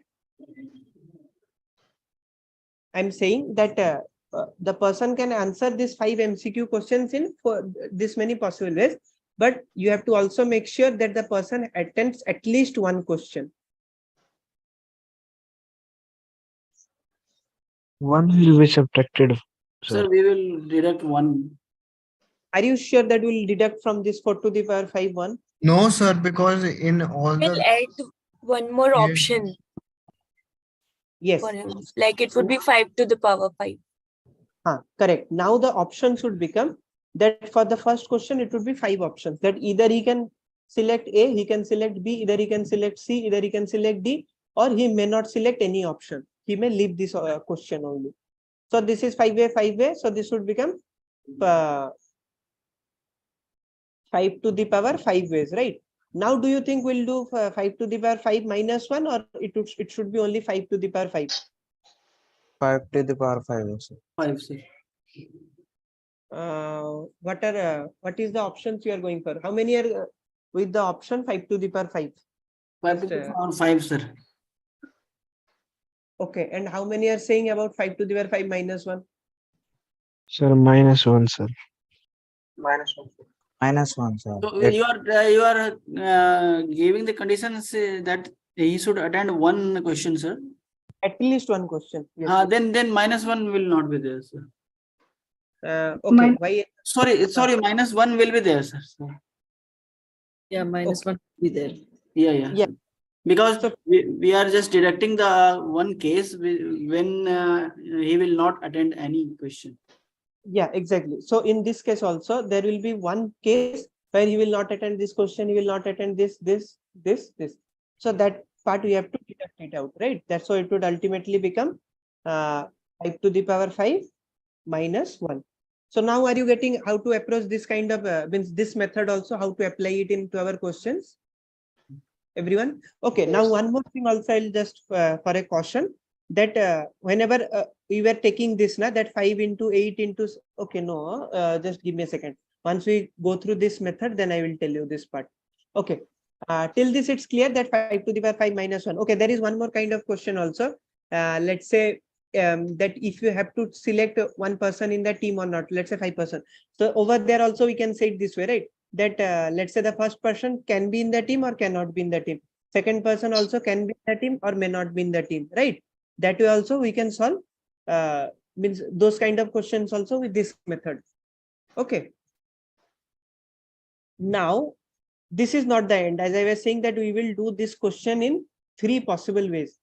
So this was the first method we did, that is 2 to the power 5 method. Okay. Now the same photo frame question I can solve it in through combination also. Can anybody tell me how to do that? Sir, it will be 6C6 plus 6C5. Okay, I get it. Yeah. So the first thing, your method is right. But the first thing to say is that we will, when we are doing it in combination ways, we will do first divide it into different possible ways, right? So let's say there can be one possible way when I will have only one person in my photograph. There can be another situation where I will have 2 person in my photograph. Another situation where I will have 3 person in my photo, 4 person, and similarly 6 person. So this is again from the first principle what we are saying, that over here we have to have this idea that this one I can't solve it in a line. I have to first divide it into different possible cases. Now tell me, whoever was saying that when I will be having one person in my photograph, how can I frame it out in the combination form? Six, choose one. 6, choose one, right? Okay. Yes. Now when I will have two persons in my photograph, then 6 is 62 and 63 and 64. 6C4, and for the last one it would be 6C6, right? Yes. Anyone who didn't get this part? Okay, so this is the first thing. Now can you tell me that for this all, should I multiply or should I add these things? Add, sir. Add. Anyone who thinks it should be multiplied? Anyone? Okay. So yes, we will be adding all this. So it would be 61 plus 62, 63. And what is the logic behind adding it? Because these are not occurring all together. Okay. Either this would occur, or either this would occur, or this event would occur, or this event, or this. All can't occur together. If this event is occurring or this event is occurring, so for this or thing, we are adding them, right? Yes, sir. Okay. So this was the second method we had done with. Now, can you tell me the third method, anyone?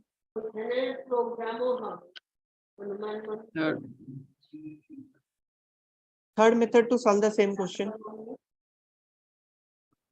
We had 3 people, A, B, C, D, E, sorry, 6 people, and we had one headmaster, right? Now, what can be the third method to solve this problem? One hint is I'm expecting an answer from first principle, that is multiplication rule. How to solve this question? Also through multiplication principle. Can anyone tell me?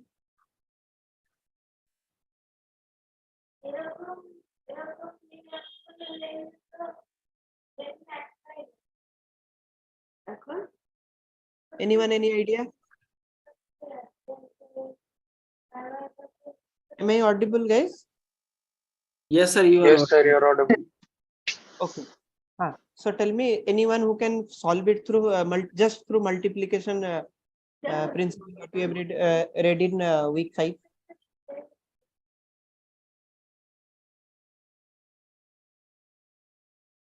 No, sir. We are not getting any idea.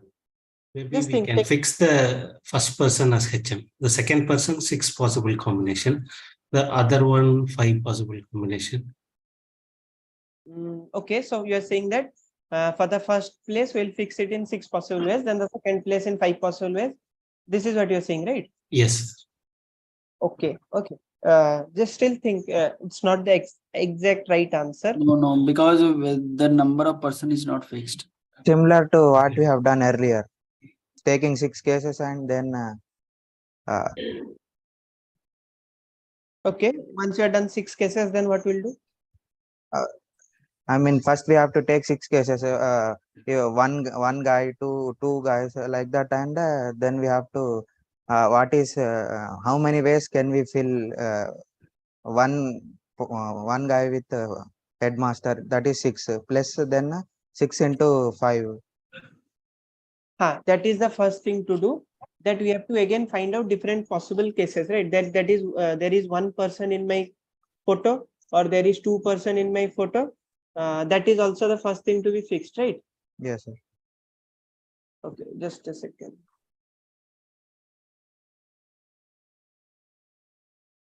Just give me a second.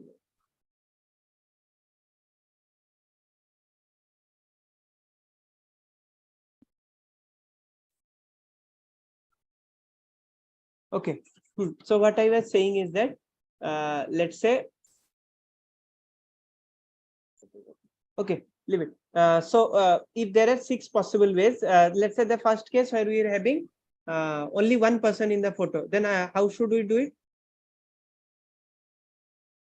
I can fill that person in 6 possible ways, correct? Yes, sir, 6 ways. Yes, sir. Okay, now let's say I am having 2 person, then how can I fill it? 6 into 5. Correct, 6 into 5.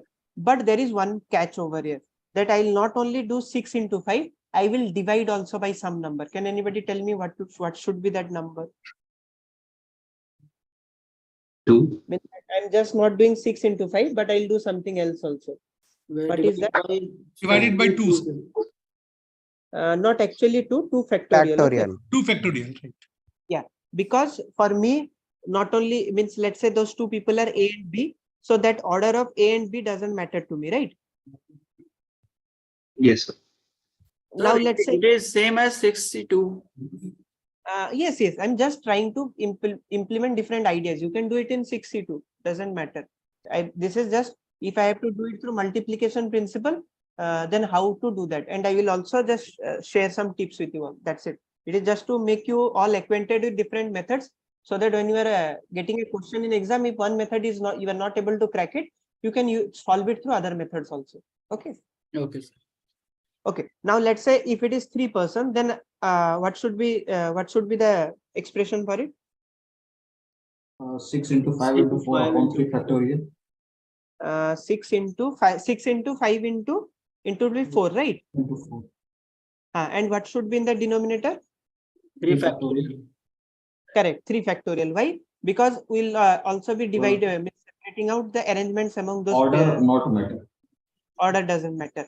Now this is what I was trying to say. If you see the first case when we did 2 to the power 6 thing, over there we were not considering, we were not concerned about the order, right? Because it was just that I will select someone or not select someone. It was the whole intuition was that way, that he can either say I will be there in that photo or I will not be there in the photo.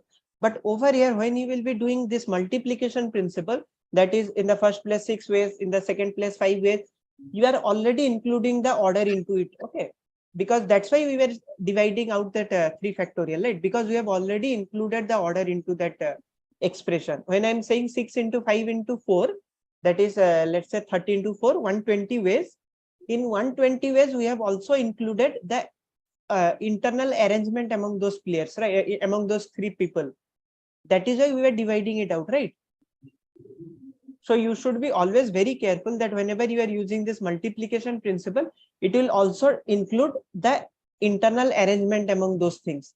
So if your question doesn't want the internal arrangement, then you have to divide out those internal arrangements, or the safer way is to go through the combination formula, what someone was saying, that either I can do 6C1 plus 6C2 plus 6C3 this way. But if you are applying this multiplication principle, that is 6 ways, into 5 ways, into 4 ways, then you have to be very careful that I have already considered the order among those people or the arrangement among those people.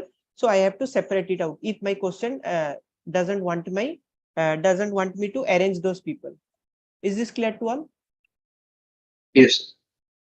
And again, for the 2 to the power thing, I'm not bothered about my arrangement. That is also to be kept in mind.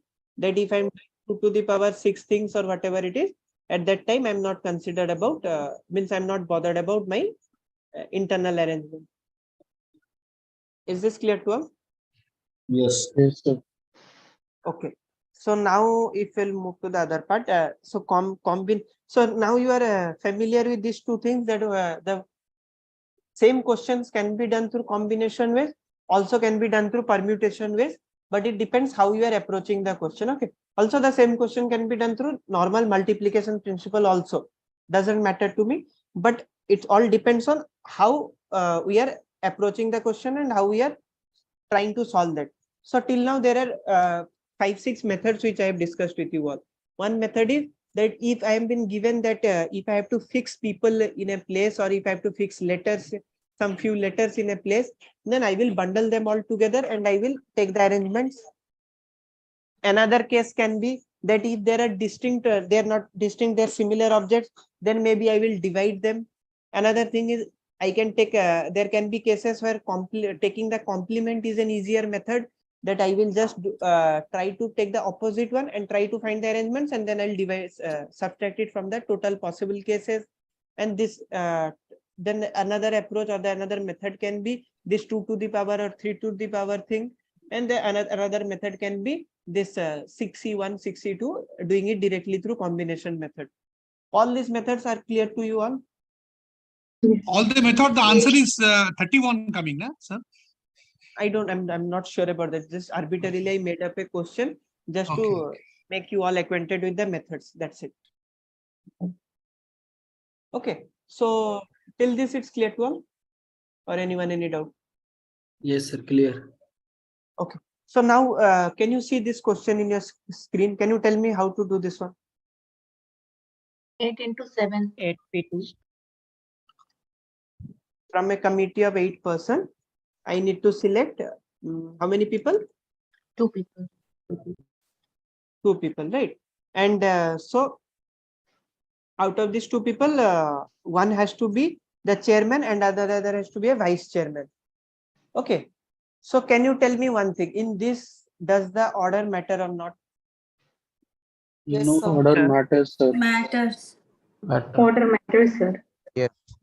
8 would be Yeah, one by one. Yeah, tell. Chetan, you can go first. Tell. Yeah, so here order matters because suppose I have 2 people, P1 and P2. P1 becomes chairman and P2 becomes vice chairman, and P2 becomes chairman and P1 becomes vice chairman. These two are 2 different things. So here order will matter, and yeah. So I'll be writing what? So what should be the formula? Just tell me. 8C1. 8p2. Ma'am, can it be 8C2 8C2 into 2 factorial. factorial? 8C2 into 2 factorial. So you There, were saying here one condition is also there that one person can hold both the Cannot hold. appointment. Cannot hold more than one position. So means you can't select one person for the, both the So positions. 8p2 will be the formula. Sir. Sorry, 8p2. Yes, sir. And why are you saying that? 8p2? Oh no, sorry. So sir. we have to choose Sir, per person C2 and arrange. multiplied by 2. One by one. So yeah. Yes, tell. Sir, 8C2 multiplied by 2.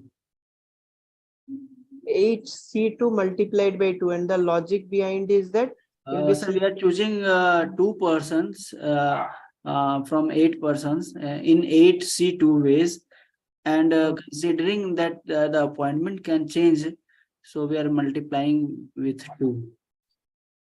Okay. But here it is like it doesn't matter, right? I mean, like if we have chosen chairman in 8 ways, then we are left with only 7 choices for a vice chairman, and it doesn't matter in the order perspective, right? Exactly. So one thing over here to see is my order is not in the chairman and vice chairman. My order is in the selection of those 2 people, right? Yes, sir. So when I'm saying, if you see this thing, that when I'm saying 8 into 7 ways, so either I'm choosing the first person as my chair, means there were 8 people to select for my first chairman, right? And once I've selected out of those 8 people, then I'm only left with 7 people to be chosen as the vice chairman. Correct. Yes. But in this thing, one thing you have to see also that let's say you have first chosen A as my chairman, and in the other case I have chosen B as my chairman. So do you think, am I including another case also, that is B as my chairman and A as my vice chairman, as different cases or same case? different. Yes. Here it is included, sir. Included is okay, but I'm saying it is there. Am I considering them both different, or I'm considering them same? Both different. You're considering them same, sir. No, we are considering them different. Okay. See, for the first case, when I'm saying that my, let's say out of these 8 persons, let's say A, B, C, D, E, and F. Okay. And out of that, I'm saying that first one can be, I've selected A as my chairman and then B as my vice chairman. Another case is the different case when I'm saying B is a chairman and A is a vice chairman. That is what I was saying it in the first before question also, right? That when I'm considering multiplication principle, I am by default taking the arrangement into consideration. So already I am considering that the first person who I have chosen, and the second person who I am choosing, there is also that their internal arrangement also I am taking into consideration in this case. So you are simply calculating NP2, no, sir? means 8p2. 8p2, you can say it that way also. So, sir, what I told that 8c2 multiplied by factorial 2, that That is is same. That is same as well. That is also, see, Yeah, that is yeah, what that is the beauty of doing through this means permutation combination, that one question can be done in different ways. It's just that if how much familiarization you have with that method. Okay, that's it. Again, this same thing can be done in 3 possible ways. Doesn't matter to me. That if you're doing it multiplication principle, you have to keep in mind that I've already considered the order.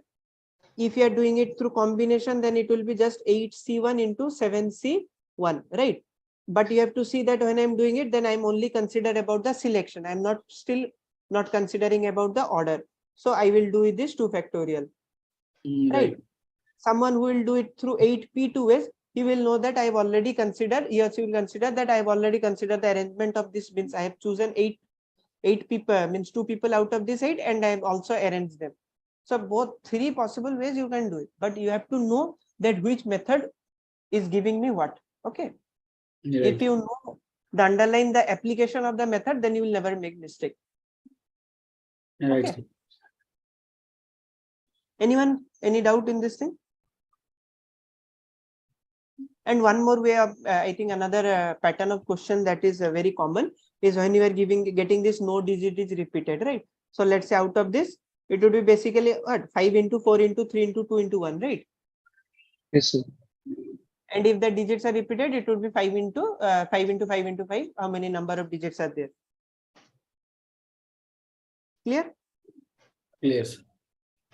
Okay. Now the last kind of question that can come is that circular permutation. Okay. Now can you tell me that what is the difference between circular permutation and when you are or circular arrangement and when we are arranging them in a row? What is the basic difference in these two things? When we are Clockwise and anti-clockwise. Okay. Anyone? Someone new? Okay. Pradeep, you wanted to say something? Say. Yeah, I mean, if you arrange the person in a linear way, then there is only one direction, one way. But whereas if we arrange it in a person in a circular, we can see that person both in clockwise and anti-clockwise directions. Okay.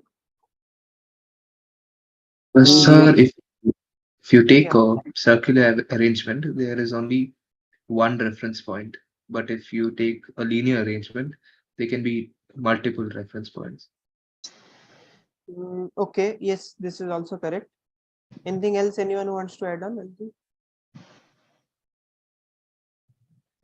Sir, when we take linear arrangement and we convert that arrangement into circular, the last person and sitting at the end will come close, will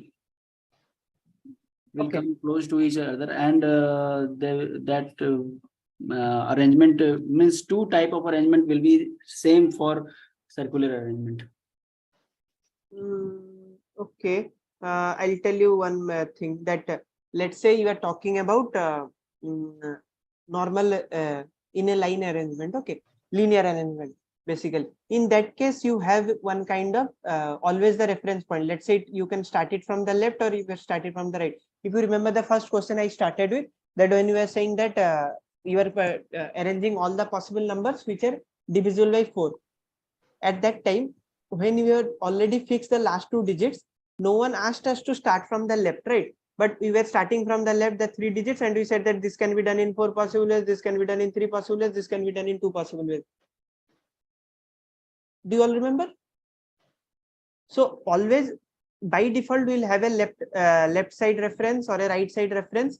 Anybody, it is there. But in circular arrangement, we don't have that luxury. In circular arrangement, it's a circular thing. We don't have anything. That is why we always fix one point first, and then with respect to that point, we arrange the other points. Okay. And that is the reason, because we are already fixing one place. That is why we do it n-1 factorial. Is this clear to all? That because we have in circular cases, we don't have a reference point. So we fix one and then we do we go for n minus 1 factorial. Okay. Now, so this is the kind of questions you will be getting from this. Now, again, in this case also, the same thing can be applied. That is what you are doing in the linear arrangement case. Then let's say over here, let's say Pradeep and Prashant are very good friends and they always want to sit together. Okay.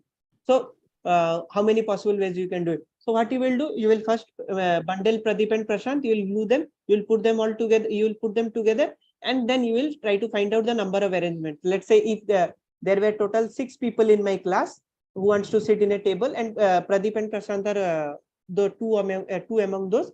So how many possible ways you can do that arrangement then? 4 factorial. 4 factorial into 2 factorial. Yes, 4 factorial into 2 factorial. Because once you are done Pradeep and Prashant, you are gluing them together. Then there are 5 people to be arranged. But as we are in exhausting 1 people in setting up my reference point, then it becomes 4 factorial. And now Pradeep and Prashant also can arrange among themselves. That would be into 2 factorial. Is this clear to all? Yes, sir.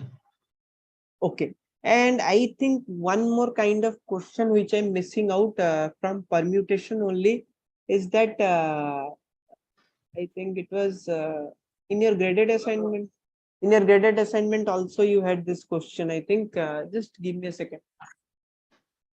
Let's say for example, you are having that means till now I was talking about that 2 people or 3 people will sit together, right? But there can be another case also, different kind of question. Then let's say there were 5 boys and 6 girls, and we are saying that the girls would always sit in between the boys.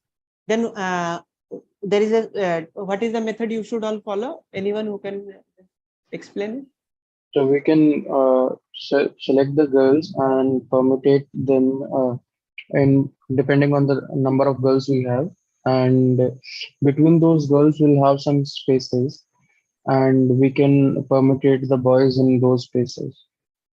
Yeah, so basically this is another pattern of question. Then let's say when I was saying you that if you have in the question that 2 people will always be together or 2 people will not be together, those kind of questions you can first bundle them together and then either subtract it from the total possible cases or directly will find that.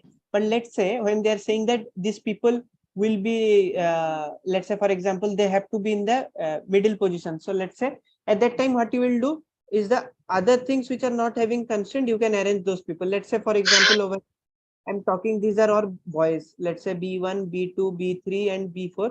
So these are 4 boys who are in my who are there. And now as I was saying that no 2 girls should sit together. Okay, I'm not talking about 2 specific girls. Let's say there were let's say 3 girls. Okay, and I'm saying I'm not talking about that. The difference is that I'm not saying that G1 and G2 will not be together, or I'm not saying that G1 and G2 will be together. I'm saying that all the 3 girls, that is G1, G2 and G3, none of them will sit together. So those kind of cases, the best simple way is that put them in the in between these 4 boys, right? If I'll put G1 over here, G2 over here, then do I need anything else? They will automatically be separated out, right? Is this clear to all? Sir, can you do total, sir? 4 boys, 4 girls, and do once. Sir, Yeah. but they can also be the case when one by one. Unable to do, sir. Sir, so we are Can't talking we about take, a circular arrangement or linear arrangement? No, yet I'm talking about linear arrangement. Circular arrangement is same, just only the n-1 factorial thing. I just left out this. This is another type of question, so I just thought of addressing this also. Sir, for the girls, we can take another 2 spaces also, no? Left and right extremes. This is a good question. I'll talk about it. Anyone else who had any doubt?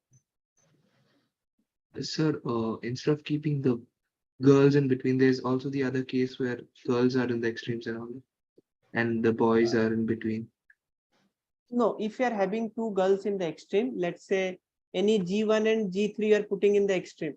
But now there is one more girl left, right? G2? Yes, sir, and they can be a boy, like say B1 next to G1, and then a girl. No, but when you are putting B1 over in the middle, all this B1, B2, B3, the thing, the important thing to consider is that you are also having G2 with them. Now, so there can be a situation when G2 would come in over here, and then you are arranging B1, B2, B3, B4.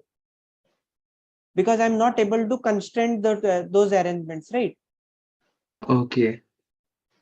But But I it want seems little complicated when like because instead of G2 being in next to G1, it can be B1 next to G1 and then G2 in the third yes, position. that is also a possible case, but you can't say that this case won't occur, right? I have to Yes, consider all the cases, right? yes. What you are saying, that is also a possible case, but I can't deny that this case won't happen, and then I will come. No, sir. My doubt is like, can we fix their positions and then do into 3 factorial just because the girls can change their positions into in that. That is I'm saying that if you fix the girl's position in the extreme, that is G1 and G3 over here, then how many positions are left? 4 boys and 1 more girl, right? Now, how will Yes, you sir. fix? How will you fix Not that? only the not only in the extremes, but also somewhere in between also one more girl. Yes, In tell that, me the expression. What will you write for this? so G1 B1 then G2 B2 B3. Are you going to do it manually? Yes, sir. That was why I was thinking there will be many cases like this. So you have So to note So down if can we we? have only 3 places that we are talking about in between boys, then it will be C3C, right? So three ways, 3 factorial ways. Okay, that approach. And will if we talk. are taking 5 extreme places also, then it will be 5C3. No, but the condition is different, right? That no 2 girls should sit together. Sir, it can be like 4C 4 multiplied by 3C3. Okay, just one way. Who was the first? Just a second. Who was the first one who was talking? Me, sir. So see, manually doing it is very difficult. Okay, we are not talking about manually because over here, let's say you just have 4 and 3. That's why you are able to think about different possible cases and do it manually. I'm not talking about finding out different cases. Let's say if you would have had 10 boys and let's say 5 girls, then it would have been very difficult task to write out all the cases. Correct? Yes, sir. So we are not talking about writing down manually all the cases. How we can do it through the formulas of combination, permutation, or the multiplication principle. That is what we are more concerned about. Okay. Okay. Now, Okay. who was talking about other formulas? Means other approaches. Anyone? Tell me. Sir, it can be like force P4 multiplied by 3P3 means number of girls. Permutation number of girls multiplied by permutation. Hold on. 4P4 is for the boys, right? Yes, sir. And then 3P3 we are saying for the girls. Yes, sir. Okay. Then. Then we will multiply both, sir. See, when you are doing that, when you are doing 4P4 into 3P3, there can be situations where boys and girls will all come together, right? You can means let's say there can be a situation that you will have B1, B2, B3, B4, and then G1, G2, G3. Can you separate out that no girls will be together through this formula? No, because sir, we are taking independent means we are taking independent permutation of boys first. Correct. You are that doing will be 4C4, and independently we are taking all arrangements of 3 girls. No, and that's what I'm saying. When you are doing boys separately, girls separately, right? Yes, sir. So girls, there will be arrangement among the girls, that is G1, G2, G3, but G3, G2, G1, G2, G1, G3. This way you will have different arrangements, right? Yes, sir. But how are you ensuring that these 3 girls will not sit together? Because we use bundle them together and then subtract it from the total. Okay, when you are bundling them together, the thing is that when you are subtracting it from all the possible cases, the situation that would come, the complement is that that all the 3 people will not be together. Okay, but again, there can be situation where 2 people can be together. but we want none of them to be together. Are you understanding? Means when you are saying that I will bundle them together and I'll find the complement, right? Whoever was saying this situation. Yes, sir. So when you will say that, it will, what will happen, that when you take the complement, it will make sure that those three people are never together, or the three girls will never be together. But when three girls will not be together, doesn't mean that two girls can't be together, right? I can have one situation where B1 and G1, G2 are together, and again you will have B2 and another place G3. But I want that none of them to be together. That is G1, G2 and G3 should always sit separately. That is my concern. Are you understanding the problem with this when you take it all together? Sir, actually, I was telling that we have fixed the 4 position for boys and 3 position for girls. And within that 4 position, we are just shuffling the boys, and within those 3 positions, we are shuffling the girls.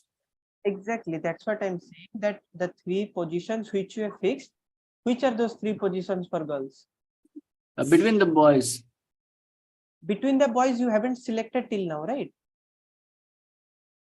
Like, for example, that is what I was saying, that whenever like you just marked, sir, you just marked 7 positions, and let's say the 7 positions are 1, 2, 3, 4, 5, 6, 7, right? Yes, sir. Now, first you have to fix the positions where the girls can get in, right? They can't be in all the 7 positions. Sir, girls can be on second and 4th and 6th position. Yeah, that is what I'm saying. We have to put them in the vacant positions only, right? Over this B, in between B1 and B2, in between B2 and B3, in between B3 and B4, then only once I fix these positions, then only I can go for the further arrangement among the girls, correct? Yes, sir. If we are not doing that, then Sir, if you don't. So it is clear, sir, this is linear arrangement, no? Correct. So it is clear that the position will be 2nd, 4th and 6th. That is what I'm saying. You are saying it clear 2nd, 4th and 6th, but it is just because you are seeing it visually. Ultimate thing, the underlying idea behind is that I have to always fix the girls in between 2 boys. Yes, sir. But why my approach is wrong? I'm not able to find it. No. Your approach is correct. Your approach, what you are saying is correct. You are saying that I will fix the girls in 2, 4th and 6th. And then find the permutation of those 3 seats and multiply with the permutation of 4 seats. Exactly. I am also saying the same thing. It is just the wording should not be that way, that I will always fix that girls in the position 2, 4 and 5th. Why? Because when you are saying that, the idea is not clear, that why am I fixing that 2nd, 4th and 5th position. Rather, I am just telling you to rephrase it this way, that I will always fix my girls in between 2 boys, so that, because if I'll have 2 boys and then I'll fix 1 girl in between, then indirectly I will never have 2 girls together, right? Yes, sir. That is the same. We are both saying the same thing, but the wordings are different. That's it. Because if somebody asks you that why have you fixed that girls in that 2nd, 5th and 6th position, 2nd, 4th and 5th position, ultimately that's what you are thinking in the mind also, that because if I fixed 1 girl in the 2nd position, then I will have in my 1st position 1 boy and in the 3rd position 1 boy. So ultimately 2 girls will not be together only, right? Right, sir. Yeah, but that is what I'm explicitly mentioning it out together, so that you don't get confused, that I have to always fix the girls in between the boys, right? Right, sir. That is what I'm also trying to say. So basically, the answer to this would be that for selecting the 4 boys, you will do it in 4 factorial ways, because they can arrange among themselves also. And then out of those 3 girls, you will choose, first you will choose them, and then again you will arrange them. So it will ultimately be in 3 factorial ways only. Is this okay? Yes, sir. Sir, if number of boys is more, then how will approach this? See, if the number of boys would have increased, let's say there would have been another 1 more boy, so it would have become 5 factorial. but the position, the vacant places would have also increased, right? Yes, so 4p3 girls position will be 4p3. 4p3. Yes, you can do it 4p3 or you can do 4c3 into 3 factorial, whatever you are comfortable with. Okay. And if they are sitting in circular arrangement?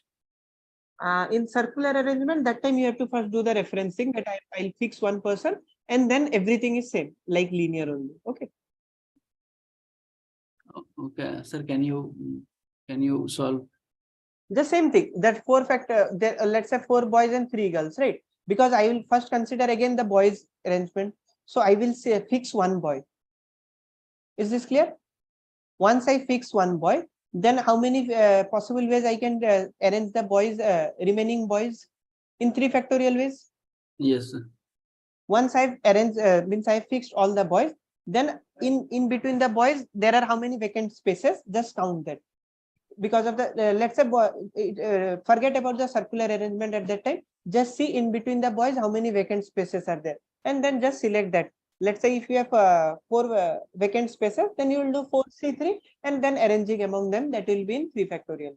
Similarly, in total, whatever you will do for the linear case, exactly same case, just because over here one boy is used up in fixing in the position, so I will be doing it in 3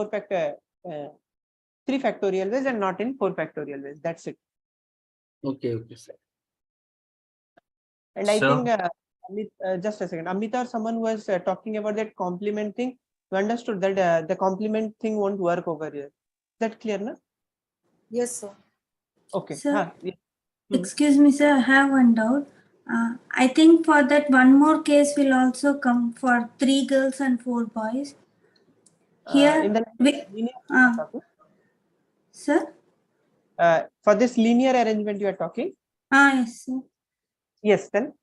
Now we have done like in between boys, girls. This case was there. But if we take at extreme G1, B1, G2, B2, G3, B3, B4, 2 boys at the end can be together. Exactly. That is why I said that first I have to fix the boys. I will fix the boys, and in between vacant spaces, I will fix the girls. Then all these extreme cases won't come. I will always have one girl in between, girl in between 2 boys. Okay.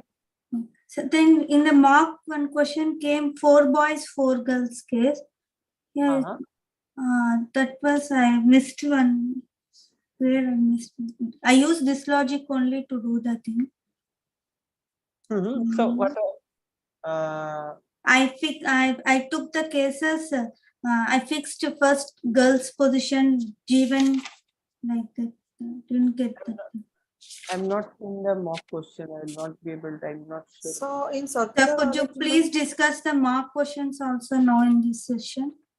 No, the mock session, the mock questions will be discussed, I think, by Friday or Saturday. Okay, because you all can think about the questions. Take your time. Try to solve it on your own. If you don't get it, we'll have a separate session for it. Okay, don't worry. So in circular arrangement, when we fix one boy and then 3 means there are 4 boys, then there will be 4 places in between the boys. So if they have given us that there will be 4 or 3 girls, then one place will be vacant, right? Or we should not. No. There can be vacant. That is one thing that there we are not concerned about vacancy. We are concerned about that only the 2 girls should not sit together. Okay. Okay, sir. So for the circular arrangement case, we were saying first thing would be 3 factorial, and then there will be, as you said correctly, that 4 vacant position. So I will be doing 4c3 into 3 factorial. That's it. So out of those 4 vacant positions, I can place my 3 girls in any of the 3 places. Okay, that's it. One place will automatically remain vacant. I am not concerned about it. My only concern is, see, when you will means fill up 3 places, obviously 2 boys will come together, but I am not concerned about 2 boys coming together. I am only concerned about 2 girls not sitting together, right? So so then we have to do 4c3. So 4c3 means out of the girls 4 3 4 places, 3 girls will be arranged. Yeah, in the 4 places, I will be choosing 3 girls. Okay. Sir, if I make one girl still, means fix the position of one girl, then by this approach can I solve? No, you can't solve this. So because we can fix any one of the person.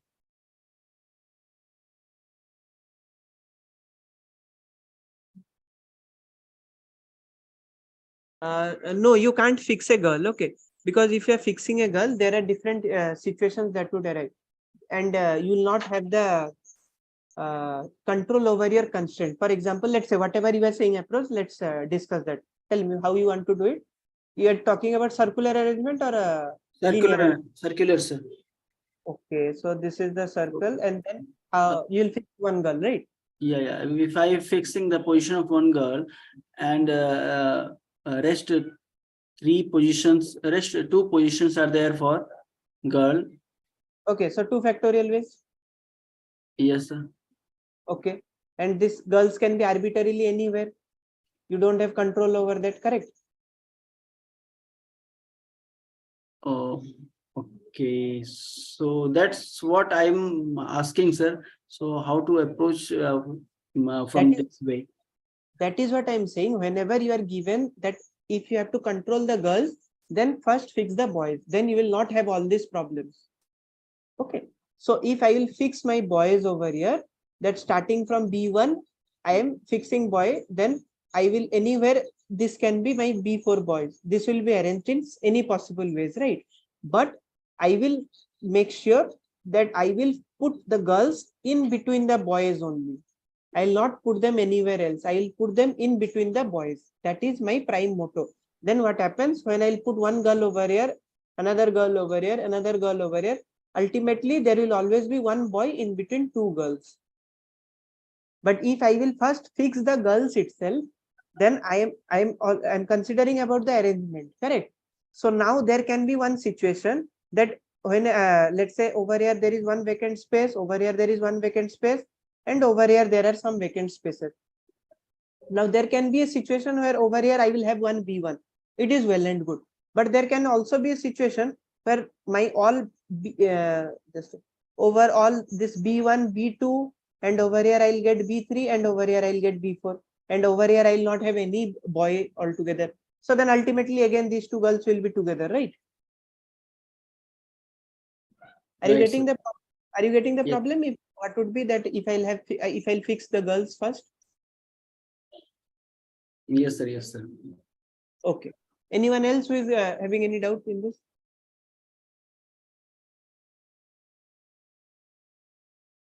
So, can you please sum up the answer for this type of questions? So see, this whole summing up is that, let's say you will have a question that no two girls are together. Okay.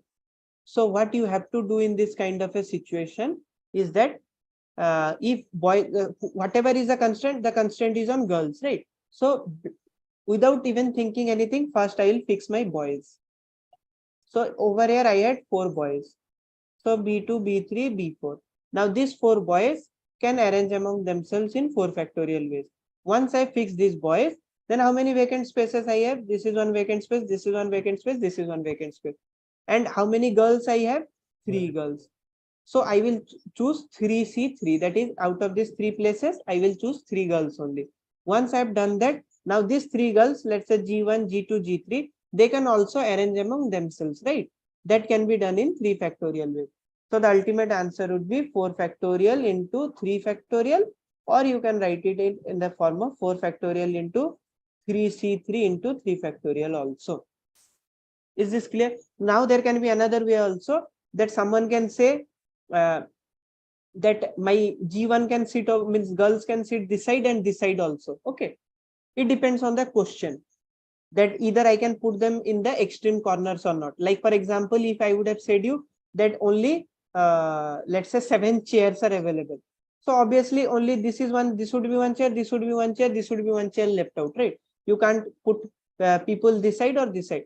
But let's say they can stand. So obviously they can also stand this way and this way. then how my answer would change? It would be 4 factorial into, because now these two places are also adding up.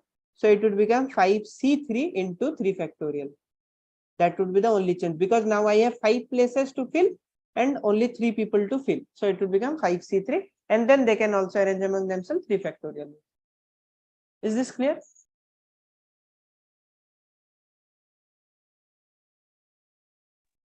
Is this clear Yes, to all? sir. Yes, sir. Yes. Yes. So, Okay. can we start the arrangement before, like B1? Before that, we are starting with G1, and then after B1, we are G2, and B2. After that, we are putting G3, and two boys are sitting together.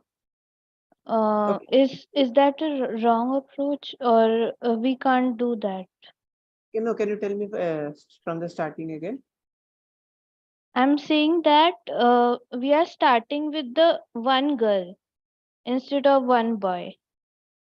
And Okay, we you are start with fixing, one yeah, girl. Yes, yeah. I fixed one. Then One girl we are starting with, and then alternatively we are arranging this. you are doing G2, then you are doing B2, and Yes, then G3, and then B3, B4, right? yes, yes.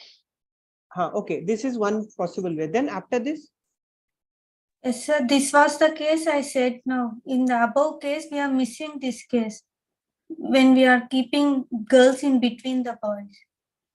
no, we are not missing. So For this combination will be missed, right? No, hold on. When I'm saying this, B2, B3, B4, correct? You all have considered that means they can also sit in the extreme position. This I'm talking about, right? So not extreme position, sir. In between them, if we consider in between them case, that the G1, B1, G2, B2, that case will not be come, right? That one will not be counted. That's my doubt before one. No. Hold on. When I am saying that in between, the question was not this. The question was that, let's say you had only 7 chairs to fill up. Okay. So you have already filled 4. How many possible chairs are left? 3. 3 chairs. Now you are saying your one chair can be this, other chair can be this, and other chair can be this. This is what you are saying, right? Yes, sir. But when you are saying this, sorry? So it will be 3 factorial ways, no? That is what I'm saying. Your B3, B4 can be over this, but ultimately what I'm saying, that only I have these 3 places which you want to choose, but there can also be one chair over here. You don't know this, correct? So we have only 7 chairs, right? So why would there be one more chair? Because there is no constraint that two boys cannot sit together. Exactly, that is what I'm saying, that when you are putting the chairs, you don't know where those chairs are, correct?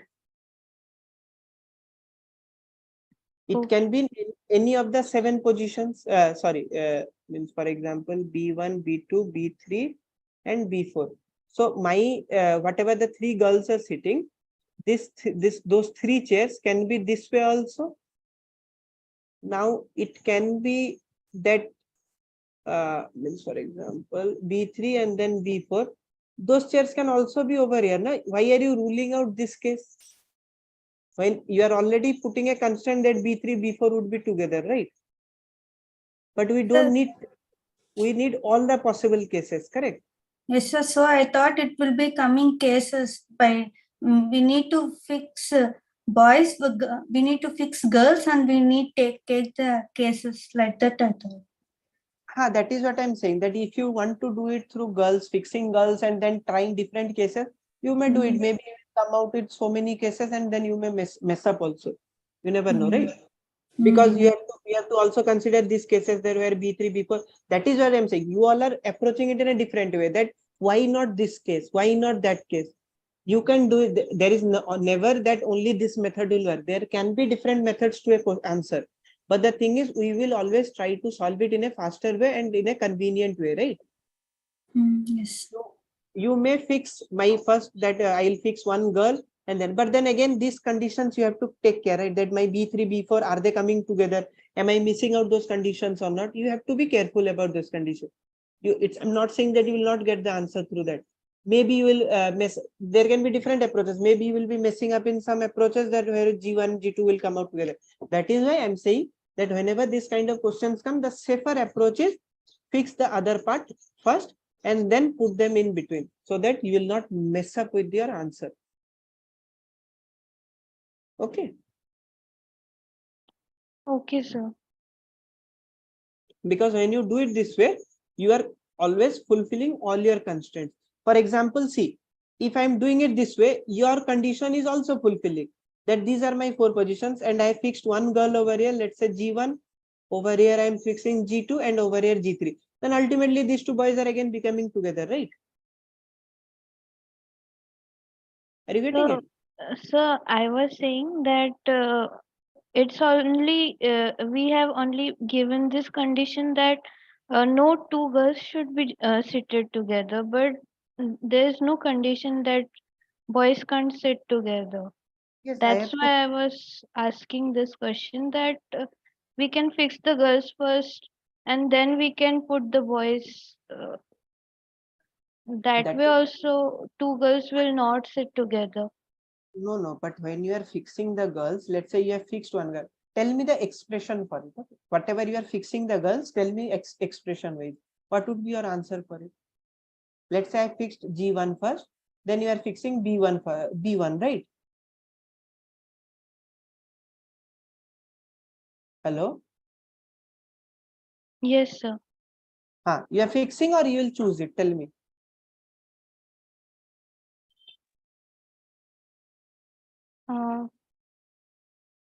You want to fix it or you will choose? I'll keep these places vacant. Tell me. So we can choose. Okay, we'll choose it. So this is first I fix G1, then tell me what I have to do. We have 4 boys left. So okay, 4 places where 4 boys are left and then 2 places for girls. Okay, now tell me. no, sir. I'm not saying that. I'm saying that we were doing the other way, right? That we are Correct. fixing the boys I'm and saying, then we are arranging the girls, right? just forget about the boys thing. Tell me your method. Let's solve it in your method only. Okay. There are 7 chairs. Is it okay? Yes, From sir. this 7th chair, in the first chair, you have fixed one girl. Then tell me what to do. Then we have to alternatively sit the boys and girls. How will you do that? Tell me the number. After G1, we will put B1. So you are fixing a boy, right? You are not choosing one boy, right? Okay. Yes. So you are saying, let's simplify it. You are saying one boy will sit. Whoever that boy may be, one boy will sit. Okay. Okay. Now in the next position, what should be? It should be a girl or any girl? Any girl. Okay. So you are saying again. So you are basically saying that over here boy and G3 and then this is another boy. This is what you are saying, right? Yes, sir. Now, because you haven't fixed this, so what should be your formula? You are saying this would be 3 factorial. Yes. For this, correct? Yes. And for the boys, it will be again 4 factorial. Yes, sir. Now, when you are writing this, can you guarantee me that when you are saying this thing, your G1, G2, and G3, you are putting in these 3 places only? They can, you are already fixing these 3 places, right? But you are also neglecting some cases out of this case, which are also the correct options. For example, 3, 4, 5, 6, 7. Can I say this is your possible case, right? This means when you are doing this way, you will always have G1 in this B, let's say, and G2, and this is over here some B, and over here G3, and again BB. And only this G1, G2, G3 will arrange among themselves, and this B will be arranging among themselves, right? Yes, yes, sir. But now let's say I will try to give a counter that 3, 4, 5, 6, 7. But will you consider this case in this, that over here G1 is there, and let's say these two places B1 and B2 are there, and then over here G1 is there, and then over here B3 is there, and then you have G2, and over here you have B4, and then you have G3. Are you considering this case in your arrangement? No, sir. But this is also a possible case, right? Yes. So this is what I was saying, that if you try to do it in all these possible ways, then you will miss out in all these possible cases. Your answer won't count this case, but this is also a right answer. Yes, sir. That is why I'm saying that you have to always fix the boys first, then you will not miss out in any possible case. Okay, okay. Is this clear now? Yes, sir. Anyone, any more doubt?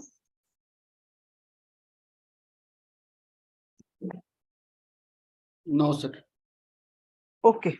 So I think that's it for today. I think we have discussed almost all the varieties of questions. Rest whatever would be there, we'll discuss more in PYQ, and also the mock paper will be discussed. Okay. So not an issue. Okay. Thank you, everyone. So how much we should concentrate means which are the weeks we should concentrate more on? Okay, so that way I won't be able to tell you that what would be the weightage from different weeks. All the weeks should be equally important. So it's very difficult to say that this should be. Yes, one thing I can say that these things are not hard. We have to try to solve as many questions as you can, and I think that would be enough for you. So means you're saying from 1 to 8 weeks, all we have to concentrate more. Okay, if you are asking from week 1 to 4, I think from mock you would get a fair bit of idea, right? That week 1 to 4 the weightage is not same as week 5 to 8. Yes, sir. So it would be similar way only. Sir, do we have questions from the finding correlation coefficient and R square and all? I have no idea. Means I can't say that it won't be there, because yes, week 5 to 8 is more important, but yes, there can be questions from week 1 to 4 also. So you can expect any question coming from week 1 to 4. It's very difficult to say that this question can come or this may not come. Okay, sir. But yes, the weightage would be significantly lesser. So week 5 to 8 would be of much more important or much more weightage than week 1 to 4. But definitely you can't say that there won't be any question from week 1 to 4. There will be questions, but less number of in comparison to week 5 to 8. Okay, Okay, sir. Okay, sir. Thank you, sir. Okay, thank you very much, sir. Oh, welcome. Oh, good night, everyone. Thank you, sir. Yeah. Good night. Thank you, sir. Thank you, sir. Thank you, sir. So when will be the next class? Next again we'll have tomorrow.